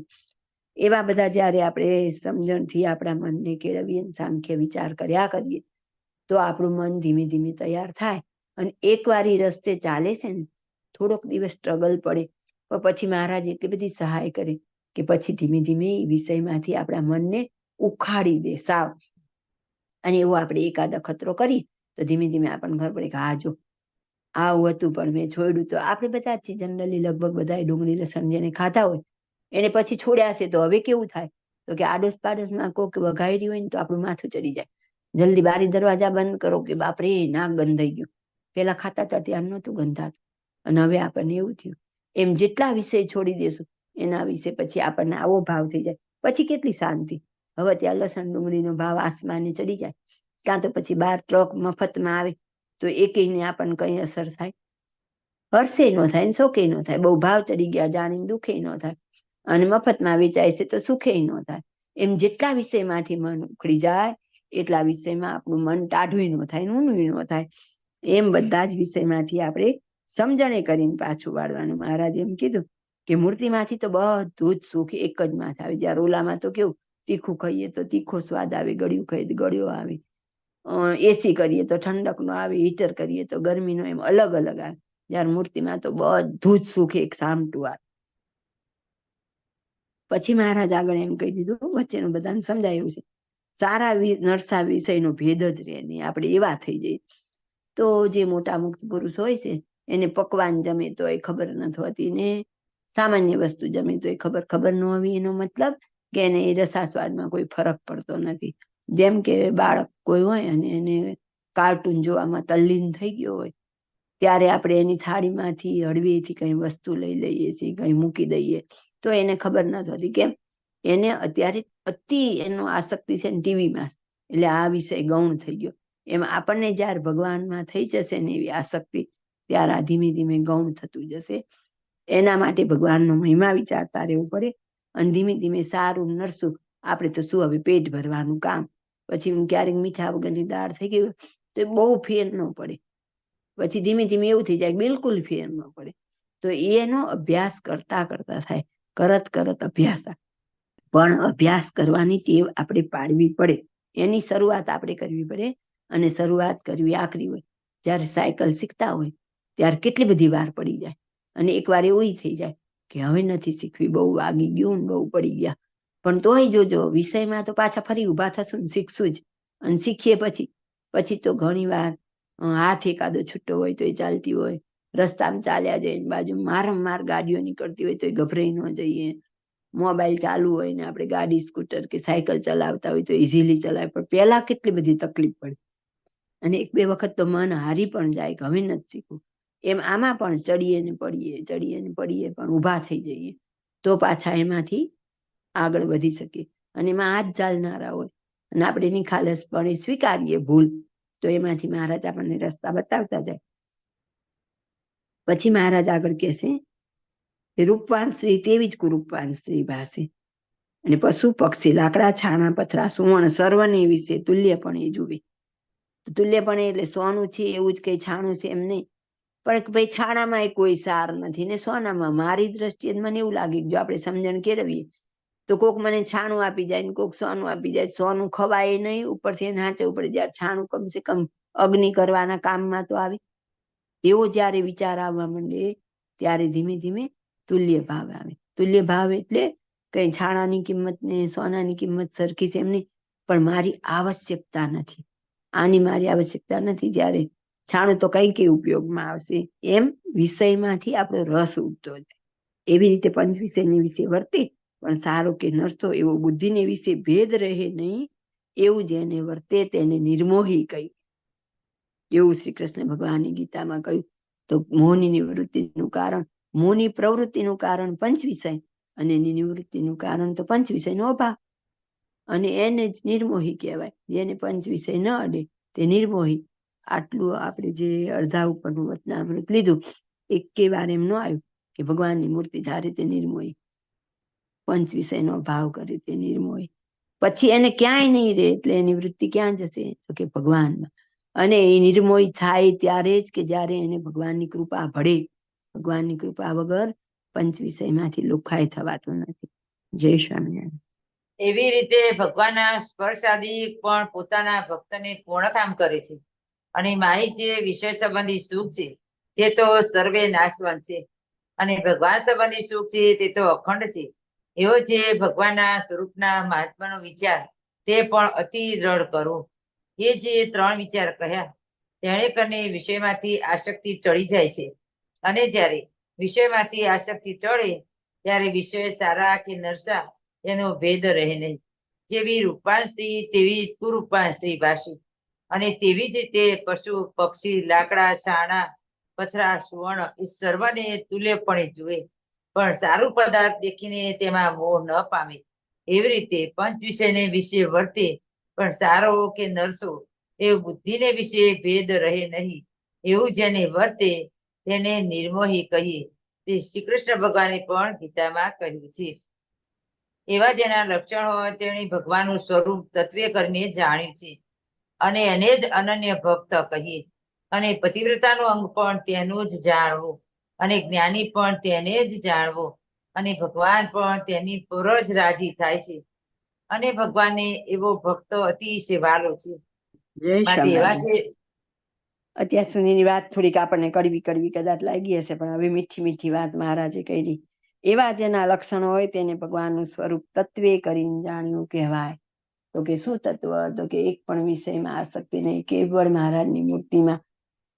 હવે કહો એને જ અનન્ય ભક્ત કહેવાય. તો હવે આપણે અનન્ય થવું હોય તો આ થવું પડશે કે નહીં, એ આપણે વિચારવાનું. હજી બીજું નામ. અને પતિવ્રતાનું અંગ પણ તેનું જ કહેવાય. એક આપણે શું કહેવાય? અનન્ય ભક્ત.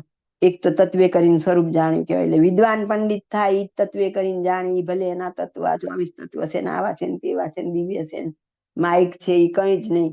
પણ એક મહારાજ સિવાય બીજા કોઈમાં આપણને વિષયનો રાગ નહીં.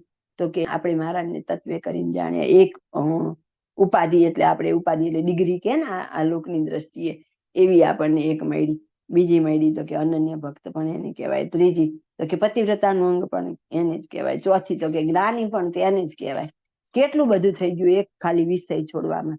અને ભગવાનનો રાજીપો પણ તેની પર જ થાય. આ વચનામૃત ઉપરથી આપણે સમજી લેવું કે ખરેખરો રસ્તો કયો પકડવાનો. અને ભગવાન એવો ભક્ત અતિશય વાલો, વાલો નહીં અતિશય વાલો છે. તો શું અધિક છે?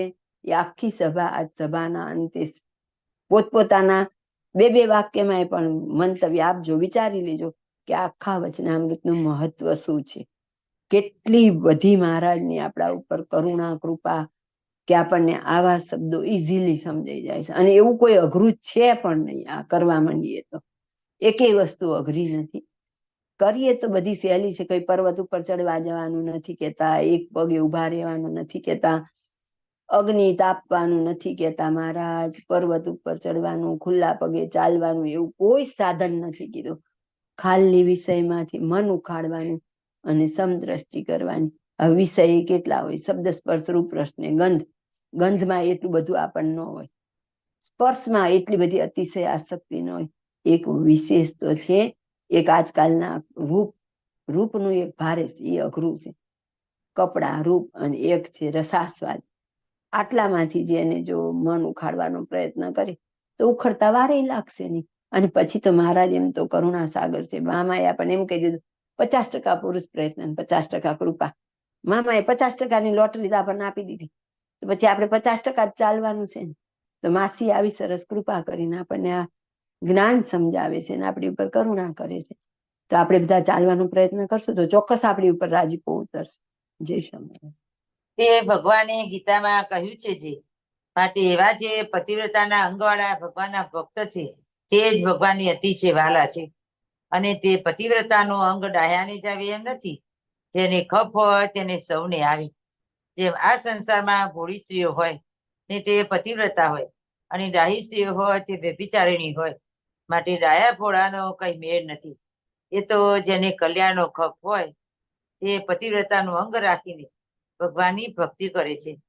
અને જે એવી રીતે સારા નરસા વિષયમાં સમાન બુદ્ધિ થાવી એ તો જાણે છે એક દિવસે જ એમ કરી લો ને નિર્મોહી થાવ એમ ઉતાવળે એ કામ થતું નથી. એ તો હળવે હળવે આદર રાખે તેને થાય છે. જેમ કુવાના કાંઠા પર પથરું નાખ્યું હોય એમાં પાણી સીંચતા સીંચતા દોરડી નરમ હોય તો પણ ઘણે કાળે કરી તે પાણામાં કાપા પડે છે. અને જો લોઢાની સાંકળે કરીને સીંચે તો પણ ઉતાવળો એવો કાપો ન પડે. માટે કલ્યાણને અર્થે જેને યત્ન કરવું હોય તેને વિષયમાંથી આસક્તિ ટાળવી. એને વિશે આકળાથી અકળાઈ જાવ નહીં, એવી રીતે ગીતામાં પણ કહ્યું છે. હવે મહારાજ કે છે પતિવ્રતાના અંગવાળા ભગવાનના ભક્ત છે તે જ ભગવાનને અતિશય વાલા છે. જો પતિવ્રતા આપણે બધા કહીએ એટલે આપણે કેવું માનીએ કે એક મહારાજની મૂર્તિ સિવાય બીજા એટલે કે અન્ય અવતારમાં આપણી કોઈ નિષ્ઠા નહીં, એને પતિવ્રતા કહેવાય પણ સંપૂર્ણ નહીં. પતિવ્રતામાં હવે મહારાજ ક્યાં ગયા કે અન્ય અવતાર તો નહીં પણ અન્ય વિષય પણ નહીં. મારા સિવાય તને સંસારની કોઈ પણ ચીજમાં આસક્તિ નહીં, એને પતિવ્રતા કહેવાય. અને મહારાજ કે એવા પતિવ્રતાના અંગવાળા ભક્ત હોય તો ભગવાનને અતિશય વાલા નહીં અતિશય વાલા છે. હવે આગળ એમ કીધું કે આવું પતિવ્રતાનું અંગ જે ડાયા હોય એને જ આવે એવું ન હોય, ભોળાને પણ આવે. ડાયા એટલે શાસ્ત્રની દ્રષ્ટિએ મોટા વિદ્વાન પંડિત શાસ્ત્રી બધા, તો એમને આવું અંગ આવે એવું ન હોય. એમને પંચ વિષયના રાગ વાચ્યાર્થ આવડે પણ નીકળે નહીં. પણ ડાયા ભોળા એવા કેટલા એવું કે જેને શેમાંય રસે ન હોય અને એક ભગવાનમાં રસ હોય. તો એટલે આપણને કદાચ એમાં કહો આટલું બધું તો મને જ્ઞાન યાદ ન રહે. વળી એમ થાય કે આ જ્ઞાન યાદ રાખવા રહું તો હું મૂર્તિ ક્યારે યાદ રાખું. તો એવું કઈ નથી. એક જ વાત છે કે મને મહારાજ જેવો રસ એમાંય ન પડવો જોઈએ. તો એવી કઈ એમાં વિદ્વાનતા પંડિતાઈ કે આ વચનામૃત આપણને મોઢે આવડવું જોઈએ એવી કોઈ આવશ્યકતા નથી. આનો સાર આપણને આવડવો જોઈએ કે પંચ વિષયમાં આસક્તિ તે મોહ અને પંચ વિષયની આસક્તિ ટાળવી તે મોહની નિવૃત્તિનું કારણ. આખા વચનામૃતના 2 લીટીમાં તો જવાબ છે. અને મહારાજનો રાજીપો શેમાં? તો કે અનન્ય ભક્ત પણ એને કહેવાય, વાલા પણ ઈ જ છે, પતિવ્રતાના અંગવાળા પણ ઈ જ કહેવાય. તો કે મહારાજને સૌથી વધારે કયું અંગ ગમે? તો કે મોહ ઉખાડીએ તે ગમે. હવે આગળ પછી એમ કીધું કે આવી આજ આપણે વાત થઈ હોય ભારે ભારે એટલે તરત જ અહીં બેઠા બેઠા આકરા ઉતાવળા થઈ આજથી તો હું છે ને એકલા દાળ ભાત ખાઈશ કે એકલી દાળ ભાત શાક રોટલી જ ખાઈશ, બીજું કઈ જ નહીં ખાઉં. તો એ નિર્ણય કેટલી વાર ઊંધી રહે ખબર? અત્યારે 3:40 થઈને 4:30 તેમાંથી 50% વિચાર ઉડી ગયો. કારણ કે આ કઈ રાતોરાત જીતી લેવાય એવી વસ્તુ હોત ને વિષય જીતવા તો અનેક જન્મ થાત જ નહીં. આ છે એક વાક્યનું, પણ આ કરતા કરતા અનેક જન્મ નીકળે છે, એક જન્મ નથી નીકળતા. અને એના ઉપાય રૂપે જ આપણને ભાઈ ઘણી વાર કે આઈસ્ક્રીમ ખાવાનું મન થાય તો મનને એમ કેવું કે આજ નહીં 15 દિવસ પછી. જો આવું કઈ કરવાનું જ ન હોત તો આવા કોઈ રસ્તા બતાવત જ નહીં. અને અમૃત સાગરની જે આટલી બધી લડાઈ ચાલી ને એ અમૃત સાગર એટલે જ લોકોને પસંદ નથી અને એટલે લડાઈ રાખીને મામા આ જ્ઞાન આપણને આપ્યું. હવે જે ખરેખર આ સાધક હશે અને જેને આગળ વધવું હશે એને અમૃત સાગર તો મધનો દરિયો લાગશે. અને જેને નહીં ગમે ને એને ખારો ધૂત દરિયો લાગશે. સાગર બેયને લાગશે પણ બેયની નજરમાં ફેર હશે. કારણ કે જેને તાવ આવ્યો હોય એની સામે આપણે ગુલાબજાંબુ મૂકો ને એક ડોલો ગોળી મૂકો તો એ કઈ પસંદ કરશે? એમાં આપણને જન્મ મરણ રૂપી રોગ ટાળવો છે તો આપણે તો આ સાગર પસંદ કરવાનું. રાજી થઈએ કે હા જો તો આમાં હજી આમ કીધું સારું થયું, મને તો ખબર નહોતી, આમાં મને ખબર પડી.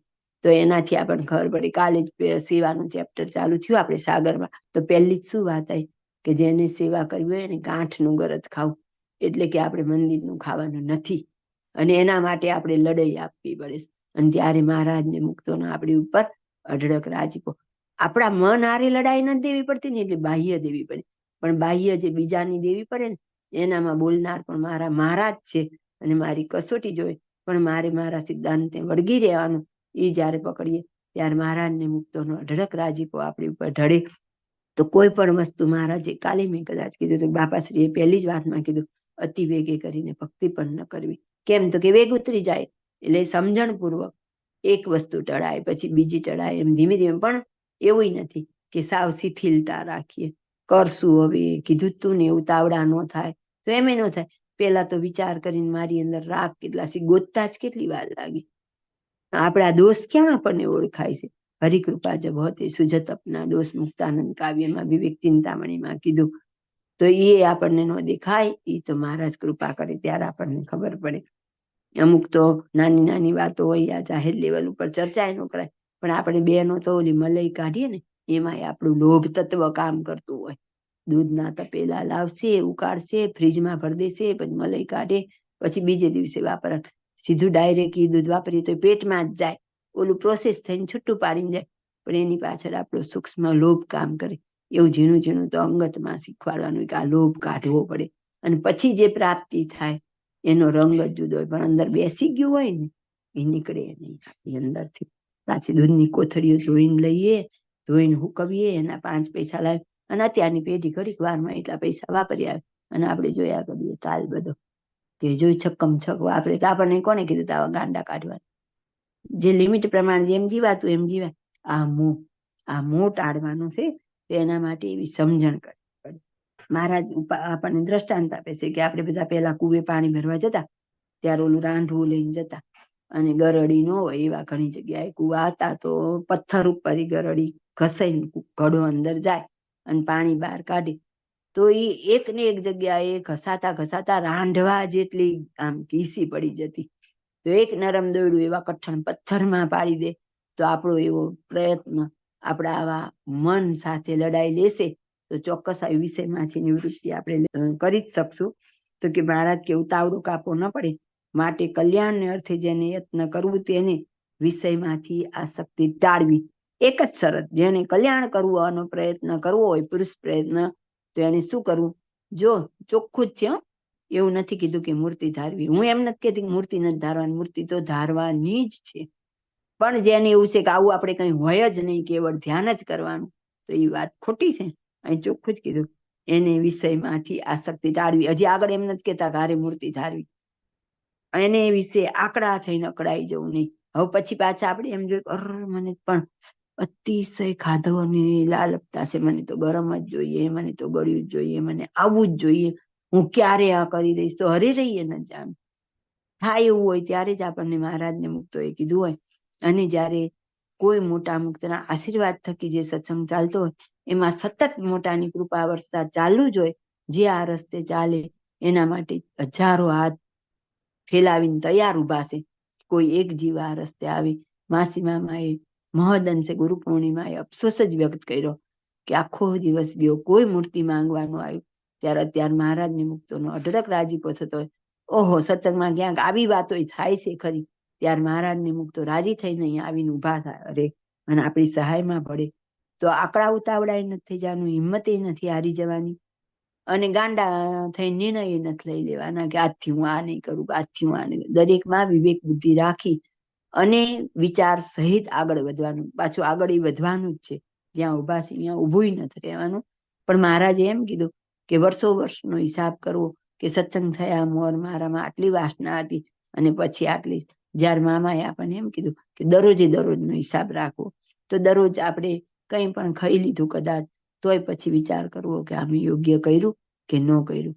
અરે, હું આટલા માટે હિંમત હારી ગઈ. આકરું છે, જે કરે એને ખબર પડે કે મન સાથે લડવું કોઈ કાળે સહેલું નથી. અને તો ખાલી વિષયમાંથી આસક્તિ ટાળવી એટલો જ યત્ન કરવાનો કલ્યાણ અર્થે, આટલું જ કીધું. એટલું સહેલું હોત તો એક અડધા વાક્યમાં ન પતી જાત. અઘરું છે, પણ આપણી સહાયમાં ગુરુ એટલા મોટા છે, અને નિષ્ઠાવાન પ્રયત્ન કરશું એમનો રાજીપો ચોક્કસ ભળશે. પણ એના માટે આપણે નિખાલસ થઈ અને નિષ્ઠાપૂર્વક પ્રયત્ન કરવાનો. જય સ્વામિનારાયણ. એવી રીતે ગીતામાં પણ કહ્યું છે, જે અનેક જન્મ સસિદ્ધતો યાતિ પરામ ગતિ. માટે એમ વિચારવું કે આ જન્મે જેટલી વિષયમાંથી આસક્તિ ટળશે તેટલી ટાળવી છે, અને એમ કરતા જો કંઈક રહી ગઈ તો બીજે જન્મે કરીને ટાળવી છે. પણ ભગવાનના ભક્ત છીએ કે નરક 84માં તો જાવું નથી. એવી રીતે ભગવાનના ભક્તને હિંમત રાખીને ધીરે ધીરે મોહનો મૂળ ઉખાડાનો આદર રાખવો. હવે ઉપર કીધું એવી રીતે ગીતામાં કહ્યું, અનેક જન્મ સંશિષ્ટ હતો યાતિ પરામ ગતિ. ગઈકાલે હતું ગઢડા પ્રથમનું 15મું વચનામૃત, એમાં પણ છેલ્લી લીટી આ જ હતી, અને આમાં પણ આ જ લીટી છે. આપણે કોઈ આ લીટી ઉપર ધ્યાન જ નથી દેતા. મહારાજ આપણને દરેક વખતે કહે છે, અનેક જન્મે સંસિદ્ધ થતો જીવ પરમ ગતિને પામે છે. તો આપણે એમ નથી માનવાનું. કાલ મેં એવું કીધું હતું કે ભાઈ એમ કે એકાંતિક થતા હજારો જન્મ થાય, તો હિંમત હારીને નથી, અરે 1000 જન્મ કોણ કરે? પણ અરે 1000મો જન્મ મારો આ વખતનો છે એમ માનીને ચાલવાનું, કે મારે આગળ 999 થઈ ગયા, 1000મો આ વખતે છે ને છેલ્લો છે, અને શું કામ નહીં ટળે, મહારાજને મુક્તોની કૃપાથી ટળશે જ. તો કેવું વિચારવું, અને આ જન્મે જેટલી વિષયમાંથી આસક્તિ ટળશે તેટલી ટાળવી છે, અને કચાશ રહી જશે તો બીજા જન્મે ટાળવી છે. એટલે મહારાજ પાકું કરાવે કે આ જન્મે ટળે એટલી ટાળો, બીજા જન્મે તમારો છૂટકો નથી. ત્યારે આપણે એના ઉપર મનન કરવું, અરે આ વખતે નહીં તો બીજી વારે મારે પાછી ટાળવાની તો છે. એક્ઝામ્પલ કે મને કોઈ એક આઈટમ બહુ ભાવે છે, જે સામાન્ય આગળ કીધું તો 3 પ્રકાર કીધા હતા, ઉત્તમ, મધ્યમ ને કનિષ્ઠ. જે સામાન્ય હોય ને એ આસક્તિ આપણને જન્મ નથી ધરાવતી, જેના વિશે આપણને અતિશય હોય ને એ જ આપણને જન્મ મરણનું કારણ બને. તો કે જે તીવ્ર વેગ હોય ત્યારે આપણે વિચાર કરી લેવો, આદર કરી લેવો, તો કે આ જન્મે નહીં ટાળું તો શું થશે, તો કે બીજા જન્મે મારો છૂટકો જ નથી, એક જન્મે ટાળ્યા વગર છૂટકો નથી, તો મારે બીજો જન્મ લઈ અને ટાળવી, અને ત્યારે હું ખાધા કરીશ એટલે આસક્તિ પાકી થતી જશે. તો એ કરતા આ વખતે જ હું આદર કરી લઉં, થોડી હિંમત કરી લઉં, થોડો એવો સંગ કરી લઉં, તો ચોક્કસ હું છૂટીશ. એવો વિવેકપૂર્વક વિચાર કરવો આપણે. તો કે ભગવાનના ભક્ત છીએ તે નરક 84માં તો જવું નથી. એવી રીતે ભગવાનના ભક્તને હિંમત રાખીને વિષય ઉખેડવાનો આદર રાખવો. મહારાજે શેનો આદર કીધો, જો અહીંયા હજી એમ નથી કીધું મૂર્તિ ધારવાનો આદર, મૂર્તિ નથી ધારવાની એમ હું નથી કહેતી, મૂર્તિ ધારવાની જ છે, પણ વધારે ભાર શેનું પર, વિષયના મૂળ ઉખાડવાનું. અહીં ચોખ્ખું જ કીધું કે શું કરવાનું, તો કે હિંમત રાખી ધીરે ધીરે મોંનું મૂળ ઉખાડ્યાનો આદર રાખવો. અહીં મોંનું કીધું, તો મોં કોને કીધું આપણને આખા વચનામૃતમાં? મોં તે શું, તો કે પંચ વિષયની આસક્તિ, તે મોં. મોંની નિવૃત્તિનું કારણ શું, તો કે પંચ વિષયની આસક્તિ ટાળવી, એ મોંની નિવૃત્તિ. અને અહીં આપણને રોજનું લેસન આપી દીધું કે આપણે દરરોજ ધીરે ધીરે કયો આદર રાખવાનો છે, તો કે મોં ટાળવાનો. હું ઘણી વખત આમાં બોલું ને અહીં અમારે અહીં સભા હોય એમાંય બોલું કે 1000 માળા કરી નાખે ને પ્રદક્ષિણાઓ કરી નાખે, ખુલ્લા પગે ચાલી ચાલીને આવે. મને તો એ સમજાય નહીં કે આવું ક્યાં કીધું છે તમને? કીધું તો તમારા મન સાથે લડવાનું કીધું, તનનું જ કર્યા કરે, મનથી તો કઈ જ વિચાર કરીએ નહીં, આગળ વધીએ નહીં. તો અહીં આપણને રોજનું લેસન શું આપી દીધું, કે ધીરે ધીરે મોં ઉખડે એવો આદર કરો. મોંની આપણને શું વ્યાખ્યા આપી, તો કે પંચ વિષયની આસક્તિ, તો કે દરરોજ થોડો થોડો પંચ વિષયનો અભાવ કરતા જાઓ. આગળ હજી વાંચવાનું બાકી, પણ હું સમજાઈ દઉં. જ્યાં સુધી સારા ને નરસા વિષય તુલ્ય ન જણાય ત્યાં સુધી તે ભક્ત સાધન દશામાં છે. હું સિદ્ધ દશામાં છું, હું અનાદિમુક્ત છું, કે હું સાધન દશામાં છું, એ નક્કી મારે જ કરવાનું. દરેકે પોતાના ગુરુ પોતે થવાનું, કારણ કે માયલા ગુણ મહાદેવજી જાણે. વાતો હું એ મોટી કરું, પણ મારા અંદર આસક્તિ કેટલી હોય ને તો હું જ જાણતી હોય, કે હું ખાધુડકી કેવી છું, કેટલું મારે ખાવા જોઈએ, કેટલું ચાલે છે, એની ખબર મને જ હોય. અને જ્યારે સારા નરસા વિશે તુલ્ય ભાષે ત્યારે એ ભક્ત સિદ્ધ દશાને પામ્યો જાણવું. બધી વખતે સાધન દશા ને સિદ્ધ દશા બેમાં એકલા પંચ વિષય જ કીધા, બીજી એકેય વસ્તુ નહીં. જ્યારે વિષય તુલ્ય થઈ જાય તો સિદ્ધ દશા, અને વિષય જ્યારે સમાન નથી તો સાધન દશા. જ્યારે વિષયમાંથી આસક્તિ મૂકીને સિદ્ધ દશાને પામે છે ત્યારે તે કૃતાર્થ થયો જાણવો. એટલે કે જે કરવાનું હતું ને કરી લીધું. શું, તો કે કેવળ વિષયની નિવૃત્તિ. શું આવ્યો સારમાં સાર, તો કે વિષયની નિવૃત્તિ થાય એટલે સિદ્ધ દશા આવે. આપણે આખી જિંદગી જતી રહી, કોઈના 40, 50, 60, કોઈક 60 થી ઉપરના, કોઈ દી વિષય શું વિચારે કર્યો? હજી તો પંચવર્તમાનમાં ગોથા કહીએ, પંચવર્તમાને પાડવા કે નહીં એ હજી તો આપણે વાત કરીએ. અને કેટલાક તો વળી આપણે એમ કે બધું ભાવમાં હોય, ભાવ રાખીને ભક્તિ કરવાની એટલે બધું ચાલે. ભાવ આવે જ ક્યાંથી? રૂવાડું ઊભું થઈ જાય મહારાજની વાત કરતા કે કીર્તન ગાતા, ક્યારે થાય? એના વિશે એવો પ્રેમ, બાળક વિશે પ્રેમ છે, અને એકદમ બાળક પડી જાય કે કંઈક એને બહુ જ વાગી જાય તો બાળક કરતા તો માં જાજી રડવા માંડે છે. એને એની સાથે હેત છે, એટેચમેન્ટ છે. એવો જયારે હેત થાય ને ત્યારે રોમ રોમ ખડા થાય. રોમ રોમ કઈ એમ આપણે કરવા છે ને ખડા થઈ જશે? કઈ ન થાય. એમ તો એ તો અંદરથી થાય ત્યારે થાય. અને હજી આગળ હજી મહારાજ આપણને કેટલો ભાર મૂકે છે એમ. ત્યારે એને કૃતાર્થ થયો જાણવો. વેદ, શાસ્ત્ર, પુરાણ, ઇતિહાસ એ સર્વે ગ્રંથોનો એ જ ગલિતાર્થ છે. તો કે આ બધા શાસ્ત્રનો જે નિચોડ કહીએ ને મોરલ ઓફ ધ સ્ટોરી તો કે એ જ કે પંચ વિષયનો અભાવ. પ્રથમનું 18મું આ જ વાત બોલે છે કે બધા શાસ્ત્રનો સાર શું છે? તો કે શાસ્ત્ર માત્રના શબ્દ ભણવે કરીને જ્યારે આ પ્રમાણે સમજશે અને વર્તશે તે જ મુક્ત થશે. જેને મુક્ત થવું હોય એને પંચ વિષયનો અભાવ કરવો પડે. પછી મન માની મૂકીને આચરણ કરવું હોય તો એ વાંધો નથી. જે વિષયના અભાવની વાત કરી એનું ખંડન કરવું હોય તો એ વાંધો નથી.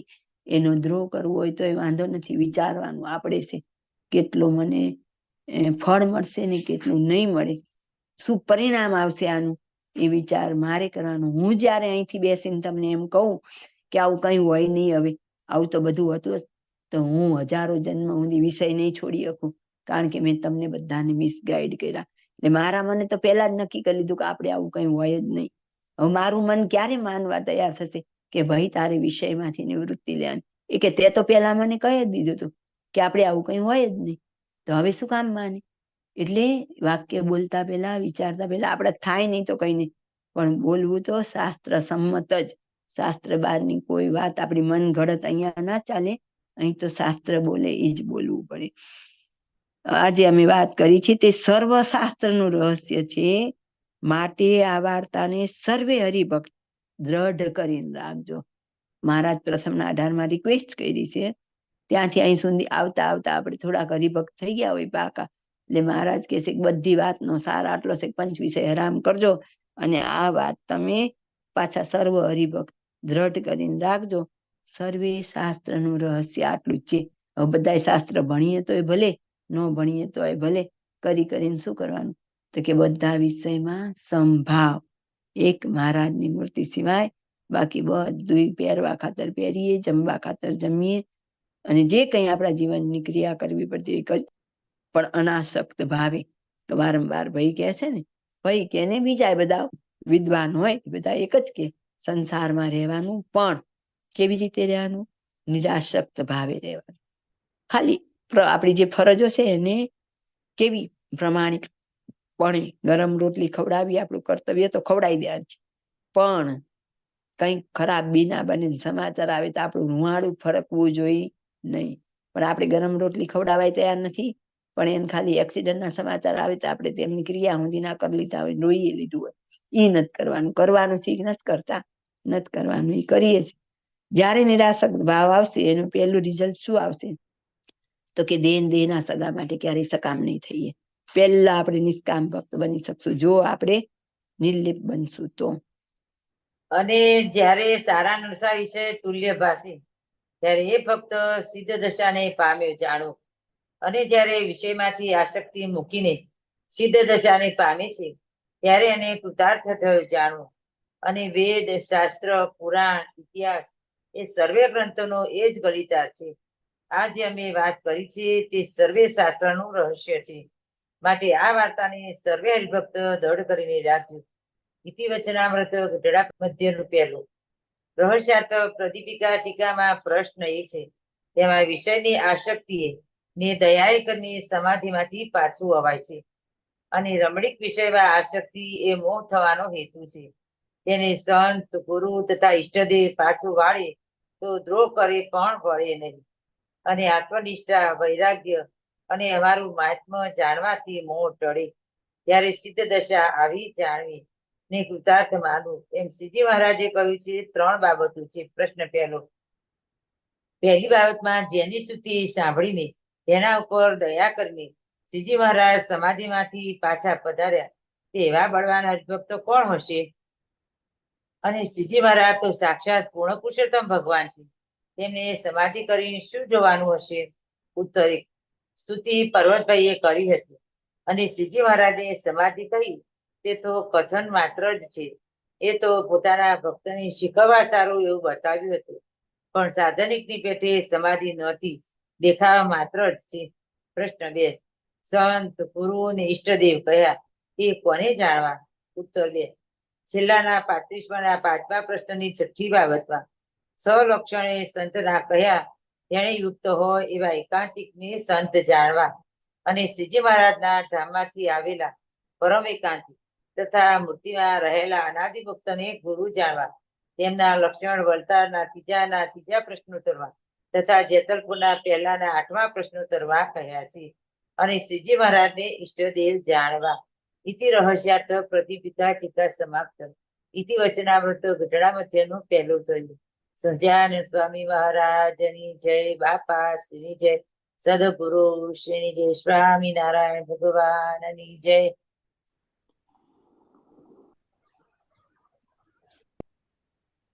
જય સ્વામિનારાયણ. જય સ્વામિનારાયણ.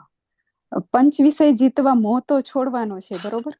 તો મોહ એટલો ઇઝીલી તો છૂટી નથી જવાનો ને ના, બધામાંથી. એ તો આગળ કહી જ હા, દીધું તો ને એ કે હા તો એ જીતવો કેવી રીતે મોહને? લાઈક મોહ કે આપણો છૂટે એના માટે શું શું પ્રયત્ન કરવા? પેલું તો એમાં કીધું તું કે પેલી તો આત્મનિષ્ઠા જોઈએ, બીજું મહિમા જોઈએ, બરાબર? હું દેહ નહીં આત્મા, એવું જોઈએ. તો પેલું તો આપણને ખબર પડવી જોઈએ કે મને કઈ વસ્તુમાં રાગ છે. પેલું આપણે રસાસ્વાદથી જોવાનું તો કે મને કેટલી વસ્તુ આસક્તિપૂર્વક ખવાય. ધારો કે દાળ ભાત શાક રોટલી ખાવાય તો નોર્મલ હોય. એ જો દેહ છે એટલે નિર્વાહ માટે પેટ ભરવું પડે. ખીચડી શાક ભાખરી ખાવી તો નોર્મલ હોય. બહુ તો થેપલું પરોઠું થયું તો એ આસક્તિ નહીં હોય. પણ નવી નવી આઈટમ બને એમાં ઘણી બધી આપણે આસક્તિપૂર્વક ખાતા હોય. તો એનું આપણે જોવું. જેમ કે બાપાશ્રીનું જીવન દર્શન છે તો એમાં બતાવે કે બાપાશ્રી તો બધા હરિભક્તો સંતો આવે અને વિધના પકવાન જમાડતા. તેમ છતાં પોતે શું જમતા? તો કે રોટલો ને મઠની ખીચડી ને રાતળિયાનું શાક, એટલું સાદું ભોજન જમતા. અને જે ક્ષત્રિય વોલ છે એમાં એ મૂર્તિ પણ મૂકેલી છે કે મહારાજ પાસે થાળ છે એ આખો વિધનો છે. અને બાપાશ્રી જે જમે છે ને થાળી સાવ સાદું ભોજન છે. કેટલું મર્મમાં એ મૂર્તિ જેને વિચારીને મૂકી છે, એને ખરેખર બહુ વિચાર કરીને મૂકી છે. ક્યાંય જમવા બેઠા હોય બધા એ મૂર્તિ સામું જોવું અને પછી એમાંથી વિચારવું કે મારે શું કરવાનું. આપણે વાત થઈ ને કે દરેકે પોતાના ગુરુ થવું તો જોવાનું કે મને આસક્તિ શેમાં છે? કપડામાં છે, હરવા ફરવામાં છે, રંગરૂપમાં છે. તો જે તે દોષ આપણો હોય એ દોષને પેલા ઓળખવો પડે અને ઓળખીને એને કાઢવાનો સંનિષ્ઠ પ્રયાસ કરવો પડે. એમાં કીધું ને કે પંચ વિષય ટાળવાનો આદર કરવો. મહારાજે છેલ્લે લેસનમાં ઈ જ આપ્યું આપણને.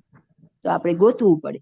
અને જે આપણે ચતુર્માસના નિયમ લઈએ છીએ કે ક્યાંય ચાલીને જાત્રાએ જઈએ કે આટલા વચનામૃત વાંચીને એવા નિયમ લઈએ, એના જગ્યાએ એવા નિયમ લઈએ ને કે આજથી મને આ આઈટમ બહુ ભાવે છે તો એનો હું ત્યાગ કરીશ. ઘણા 4.5 મહિના માટે કરે તો એને પછી કાયમ માટે કરો. શા માટે આપણે અટકીએ છીએ હવે બધું કરવામાં? તો એને ધીમે ધીમે પહેલા તો અભ્યાસ કરીએ અને પછી આત્મખોજ કરીને એને ટાળવાનો પ્રયત્ન કરીએ. નોર્મલ જે છે એ તો આપણે જમવું જ પડશે. એમાં કઈ નથી એવું બાદ થઈ જતો કે દાળ ભાત શાક રોટલી નથી ખાવાના. પણ જે વિવિધ આઈટમો હોય એનો ચોક્કસ ત્યાગ કરવાનો. એટલે હું ઘણી વાર બોલું જ છું કે આપણા જે ઉત્સવ સમય છે ને પંચ વિષય વધારનારા, રજોગુણ ને તમોગુણ વધારનારા. સત્વગુણ વધે પણ આપણે સત્વગુણ લઈએ તો. કારણ કે આજે કોઈ જગ્યાએ લગ્ન પ્રસંગ હવે લગભગ 5-7 દિવસનો નથી હોતો. જનરલી 2-3 દિવસનો હોય. બહુ મોટા હાઈફાઈ હોય તો 5-7 દિવસનો હોય. તો એવા બહુ હાઈફાઈ વાળા હોય ને પાછા ડાયટ ફૂડ વાળા હોય, એને બહુ ન અડે. પણ આપણા ઉત્સવ સમયમાં આપણે 5 દી અગાઉ સેવામાં આવી જઈએ. 5-7 દિવસનો પ્રસંગ હોય એમાં આપણને 3 ટાઈમ મીઠાઈ જમવા મળે. ત્યારે આપણે આપણા ગુરુ થઈ શકીએ ને કે હું સેવા કરવા આવી છું તો હું દાળ ભાત શાક રોટલી ખીચડી શાક ભાખરી થી વિશેષ કઈ નહીં લઉં. તો કરી શકીએ કે નહીં? પણ આપણે કેટલું કર્યું? હજી દરેકે પોતે વિચાર કરવાનો કે મેં આવું પગલું ભર્યું, ક્યારે વિચાર કર્યો, કેટલી કેટલી નવી આઈટમોનો. એટલે તો કહીએ છીએ કે કમસે કમ ચલો જે ખાઈએ છીએ ત્યાં અટકીએ. પણ ધારો કે ચાઇનીઝ કેવું હોય અમે નથી જોયું, બરાબર? તો જેને નથી જોયું, નથી ચાખ્યું એટલું તો કરી શકો ને કે આજથી હું નવી આઈટમ તો નહીં જ ચાખું. અને યુટ્યુબ ના રવાડે તો ચડવું જ નહીં. હું તો ચોખ્ખી ના જ પાડું. યુટ્યુબમાં કોઈ દી રસોઈ શો ખોલાય જ નહીં. કોઈ દી નવરા નહીં પણ રસાસ્વાદ વધશે. વધારવાનું કામ કરવાનું છે, ઘટાડવાનું કરવાનું છે. પણ છાના યુટ્યુબમાં આખો દી રસોઈ જોયા કરતા હોઈએ છીએ. અને પછી બનાવીને કેટલું કૂટણું કરીએ પછી આશા રાખીએ કે દીકરો કે ઘરવાળા એમ કે કહો તે તો બહુ સરસ કર્યું. એમાં જો ઈ કે નહીં કઈ તો આપણે તો ઈ જમી લે ત્યાં સુધી રાહ જોઈને ભાવે હમણાં આવશે કંઈક વખાણ, હમણાં આવે. અને ઠેઠ ઊંધી નો આવે ને પછી આપણે પૂછીએ કે તમે કીધું નહીં કેવું બન્યું છે? અને ઓલા એમ ખાલી હળવેથી કે આમ તો સારું છે પણ આમ કરતા ખીચડી શાક ભાખરી હોય તો સારું રે, કે બીજું કઈ પણ કે આમાં મીઠું છે જ ઓછું હતું. બધા ત્યાં તો ફ્યુઝે ઉડી જાય. પણ કોણ કે છે કે હવે આપણે હજી આમાં ચડવું? એટલે આ તો કેવું છે ભગવાનના થાળનું બાનું અને નવી નવી આઈટમો કરીને ખાઈએ છીએ. તો ઈ તો આપણે જલસા પાર્ટી થાળ કરવાના, પણ જેમ કીધું ને કે બાપાની મૂર્તિ છે તો એમાં બતાવી છે કે મહારાજ પાસે થાળ છે પણ બાપા નથી ગ્રહણ કરતા. જેને ખરેખર ભગવાનને જમાડવા હોય તો વિધવિધના થાળ કરો, પણ ખાવાની નહીં. સાચા ત્યારે ભક્ત કહેવાય. એવું તો આપણાથી થાય નહીં. થાળ આવે એટલે કેટલી આઈટમો બનાવીએ ને એમાં રહીએ, મનમાં એનું ચિંતન, જેનું છેલ્લે તો કે આ બધું જ કાર્ય છે, બધું મૂકીને એક મૂર્તિમાં વળગવાનું, તો પાછા એ દિશામાં ચડી જશે. એટલે સત્સંગમાં ધર્મના નામે અધર્મ, એ આપણું મન આપણને અહીંયા માયા પ્રવેશ કરીને છેતરી જાય. એમ સત્સંગના નિમિત્ત કરી અને માયા આવે. માયા કેમ આવે? તો કે માયાના પતિ છે ભગવાન, એને વરવા આપણે નીકળ્યા છીએ. એટલે માયાને શું થયું? તો કે એક તો મારા પતિને વરી એવી યોગ્ય છે કે નહીં હું જોઉં તો ખરી, અને બીજું એમ કે જેને તેને ભેગી એ નથી કરવાની. એટલે માયા પ્રવેશ કરીને દરેક વખતે આપણી ચકાસણી કરે છે. તો એ પ્રસાદીના રૂપમાં બાપાશ્રી આપણને કીધું ને કે છેલ્લે પ્રસાદી એ આપણને છેતરે, એમાંય કઈ ગળ્યું ચીકણું હોય તો સારું.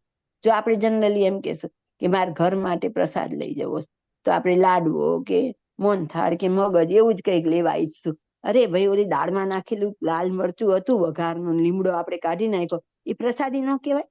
એ લઈ જવાય કે નહીં? પણ કોઈ દી લીધી આપણે પ્રસાદીમાં તો ચોસલા લેશું. આ બધું આપણે સૂક્ષ્મમાં ચિંતન મનન કરવું પડે અને એ પ્રમાણ ચાલવું પડે. ચાલ્યા વગર છૂટકો નથી. મહારાજે આપણને આ લેસન જ આપી દીધું કે આનો આપણે અભ્યાસ કરવો. દરેક વસ્તુ આપણને ખબર પડે જ કે હું કપડા આસક્તિપૂર્વક પહેરું છું કે મારે બસ જરૂરી છે દેહ નિર્વાહ માટે, એટલે હું ખરીદી કરું છું. ખરીદી કરવા 10 દુકાન ફરીએ. ધારો કે હું કરોડપતિ છું અને મારે 25,000ની સાડી મારા ઘર પ્રમાણે પહેરવી જરૂરી છે. આજ તો હું જો ખોલીને બોલીશ તોય હું બીતી બોલીશ, પણ તોય ઘણું ખોલીને બોલીશ, તો હું બીજાને કહી શકું કે તમે મારા માટે સાડી પસંદ કરી આવજો. પછી હું એમ કરી શકું કે દુકાને જવું, દુકાનવાળાને કહું કે ભાઈ 22 થી 30 સુધીના રેન્જની સાડીઓ બતાવો, અને એ ઢગલો કરે કે બેન આ 22ની છે, ના 25ની છે. મારા રેન્જની હોય એક જ સાડી ઉપાડ લઉં, ખોલવાનું નહીં, બધો ઢગલો જોવાનો નહીં, કયા કલર છે ને કયા નથી. આ પણ એ જોવાનું મને બહુ સૂટ ના થાય એવો કલર લઈ લઉં, અને પછી એટલું જ ચેકિંગ કરાવું કે એમાં નુકસાન નથી, લાવીને સીવડાવીને બ્લાઉઝ પહેરી લઉં પ્રસંગમાં. નિરાસક્ત ભાવે મેં ઘર પ્રમાણે પહેરી લીધું. પણ કરવું સાવ 25 તો દુકાન ફરીએ, કંઈક તો લટકણ લટકાવડાવીએ ને આવી બ્લાઉઝ સીવડાવીએ ને આવા કંઈક કરાવીએ ને કંઈક કરીએ, અને પાછ પહેરીને 2 કલાક પછી જલ્દી બદલી નાખો અને ઝટ પ્રસંગ પતે આમ ઘા કરીને સાદું વસ્ત્ર પહેર લઈ. એના માટે કેટલા મહિના તો કાઢી નાખ્યા હોય. ઓલા ગામડામાં હજી બેન ઓલી ભરત ભરે ને એવું કરે, આંખો ફોડે. ત્યારથી ખબર મહિને 2,000 રૂપિયાનું કામ. અરે ભાઈ મૂકો ને, 2,000ની કરકસર કરીને ભગવાન ભજી લો. શરીર એના માટે નથી આપ્યું તો પૈસાનો મોહ. એટલા પૈસા આવે તો આપણે તે વાપરી આવે છે ને, તો વાળ હરખા કરાવે ને બ્યુટી પાર્લરમાં જાય સાડી લઈ આવે. અરે ભાઈ, અત્યારની સાડીઓ વર્ષોના વર્ષો હાલી એવી આવે છે, પણ આપણે વિષયમાંથી નીકળવું જ નથી. આનંદ જ એમાં. એટલે આપણે કોઈ દી વિચાર જ નથી કર્યો. પ્રસંગ આવે બીજાને ઘેર, ઓલું કે જાનમાં કોઈ જાણે નહીં, વરની થયું. હવે તેવું થઈ ગયું, કુટુંબમાં પ્રસંગ આવે ને 40-50 હજાર ખર્ચો તો આપણા ઘરમાં આવે. એવી સાડી લાવવી પડે ને, એવા ચંપલ લાવવા પડે ને, એવું પર્સ લાવવું પડે, દાગીના હરખા કરાવવા પડે. આપણે અમથા ખર્ચા કરીએ અને એક દિનો પ્રસંગ તો આવીને ઉડીએ જાય, અને એ હજી પૂરું ઘણી વાર માણી ન લેતા ઓલા બે છૂટાઈ પડી ગયા હોય. ઘણી વાર એવું બને. એના માટે આપણે કેટલું ગુમાવ્યું એ નથી વિચારતા. ઇન્વોલ્વ થઈ જઈએ આખા એક રસ. ભગવાન તો ક્યાંય પડ્યા હોય, અને ગામ આખા વતી બજારમાં રોજ ખરીદી કરવા, બધા વખાણ કરે તમારી તો ચોઈસ બહુ સારી, તમે તો સસ્તી સરસ અપાઈ દીધી. આપણે ફૂલણજી પાછા બીજા હારી, હાલ મને બહુ સરસ આવડે. અરે ભાઈ, ઈ જાતનો કચરો જોઈને ધ્યાનમાં બેહો, શું દેખાય? સાડીઓ જ દેખાય, બીજું દેખાય કઈ આપણને. આપણે આપણી અંદર વિચાર કરવાનો કે ક્યાં ક્યાં કંટ્રોલ કરવાનું. એટલે આહાર અને વિહાર બેયની ના પાડી. વિહાર એટલે બિનજરૂરી ક્યાંય બહાર નીકળવાનું જ નથી. જેટલું શક્ય હોય એટલું ટાળવાનું છે, ક્યાંય નહીં. એટલે અને કરવું હોય તો થાય એવું જોઈએ, પણ આપણને દોડ હોય કે હજી તો હું લાવું તો જ બટેટા હારા આવે, હું લાવું તો જ શાક હારું આવે, એમને લેતાય આવડે નહીં. ઓલા લાવી દેવા તૈયાર હોય તો આપણને જ પણ દોડ હોય, એ હારું ન લઈને આવે. 10 વાર આમ ફેરવીએ લાવીએ ત્યાં સંતોષ થાય. એટલી ઝીણી વાતમાં આપણું મન ભરાયેલું હોય. એ સમજવું. આપણે દરેક ક્રિયામાં આપણે વિચાર કરવો પડે કે હું ક્યાં ક્યાં ઇન્વોલ્વ છું, મારી કેટલી ઉંમર થઈ ગઈ, હવે હું ક્યારે પાછી વળીશ, એ બધો વિચાર કરવો પડે. પણ આપણું તો જીવન જ એમાં જાય. નાના છોકરા હોય તો એને ભણાવીને ટોપર કરાવી દઉં, પછી હારી નોકરી લેવડાવી દઉં, પછી હારી છોકરી ગોતી દઉં, પછી એના લગ્નની ધામધૂમથી તૈયારી કરું, મારા મનમાં કેટલાય કિલ્લા ઘડી લઉં, પછી મામેરામ સારી સાડી ન આવે તો એ થોડુંક દુઃખ થાય ને, વેવાઈને ઘરેથી પહેરામણી નબળી આવે તો એ વળી વાંધો નીકળે ને, અંતે ક્યાં ઉભા છી. કેટલા કિંમતી દિવસો જતા રહે, અને એટલો વિષયનો કચરો અંદરાઈને બહાર કેમ કાઢવાનો? એનું કોઈ હાર્પિક કે એસિડ છે કે એને આપણે વોશ કરીને કાઢશું? કઈ નથી. એટલે કમસે કમ નાખવામાં તો કંટ્રોલ કરવો જ પડે. જેટલું આપણે આપણી જાતને આઘા કરવા હોય ને એટલું થતું હોય. આપણા વગર આખો સંસાર ચાલે છે, પણ આપણે કરવું નથી. આપણે દરેક વાતમાં ડાપણ કરવા જવું હોય, ક્યાં મેળ પડે? બાકી રહેતું તો સત્સંગમાં એટલો બધો રજોગુણ ગરી ગયો, દરરોજના દિવસની થાળીઓ નક્કી, સાડી નક્કી થાય, અને પાછા આપણે ગાંડા એવા એ વાતમાં ચડી જઈએ. એટલે ભાઈ તમે અહીંયા મહારાજની મૂર્તિ ધારવા આપણે આવીએ છીએ, ઘી ધારવા આવીએ છીએ. બધા પહેર્યું હોય ને આપણે ન પહેર્યું એટલે અફસોસ થાય, ખાય લે મને તો આવી ખબર જ નહોતી, કીધું હોત તો બાંધણી મારી હતી, લઈને આવત ને, તે હારું થી બચી ગઈ. પણ ભાઈ શાંતિ રાખ ને, પણ ન થાય. હવે આવી જેની વાત કઈ નહીં, કોઈને ગમે, પણ આવું ઝીણું ઝીણું જોવાનું, મારું લક્ષ્ય શું હોવું જોઈએ, મારા આખા દિવસની ફળશ્રુતિ શું હોવી જોઈએ, તો કે કેટલી હું જગતથી અનાસક્ત થઈને કેટલી મારા આસક્ત થઈ. ઇઝીલી થવું જોઈએ આપણને, એ વિચાર તો આપણે જ કરવાનો.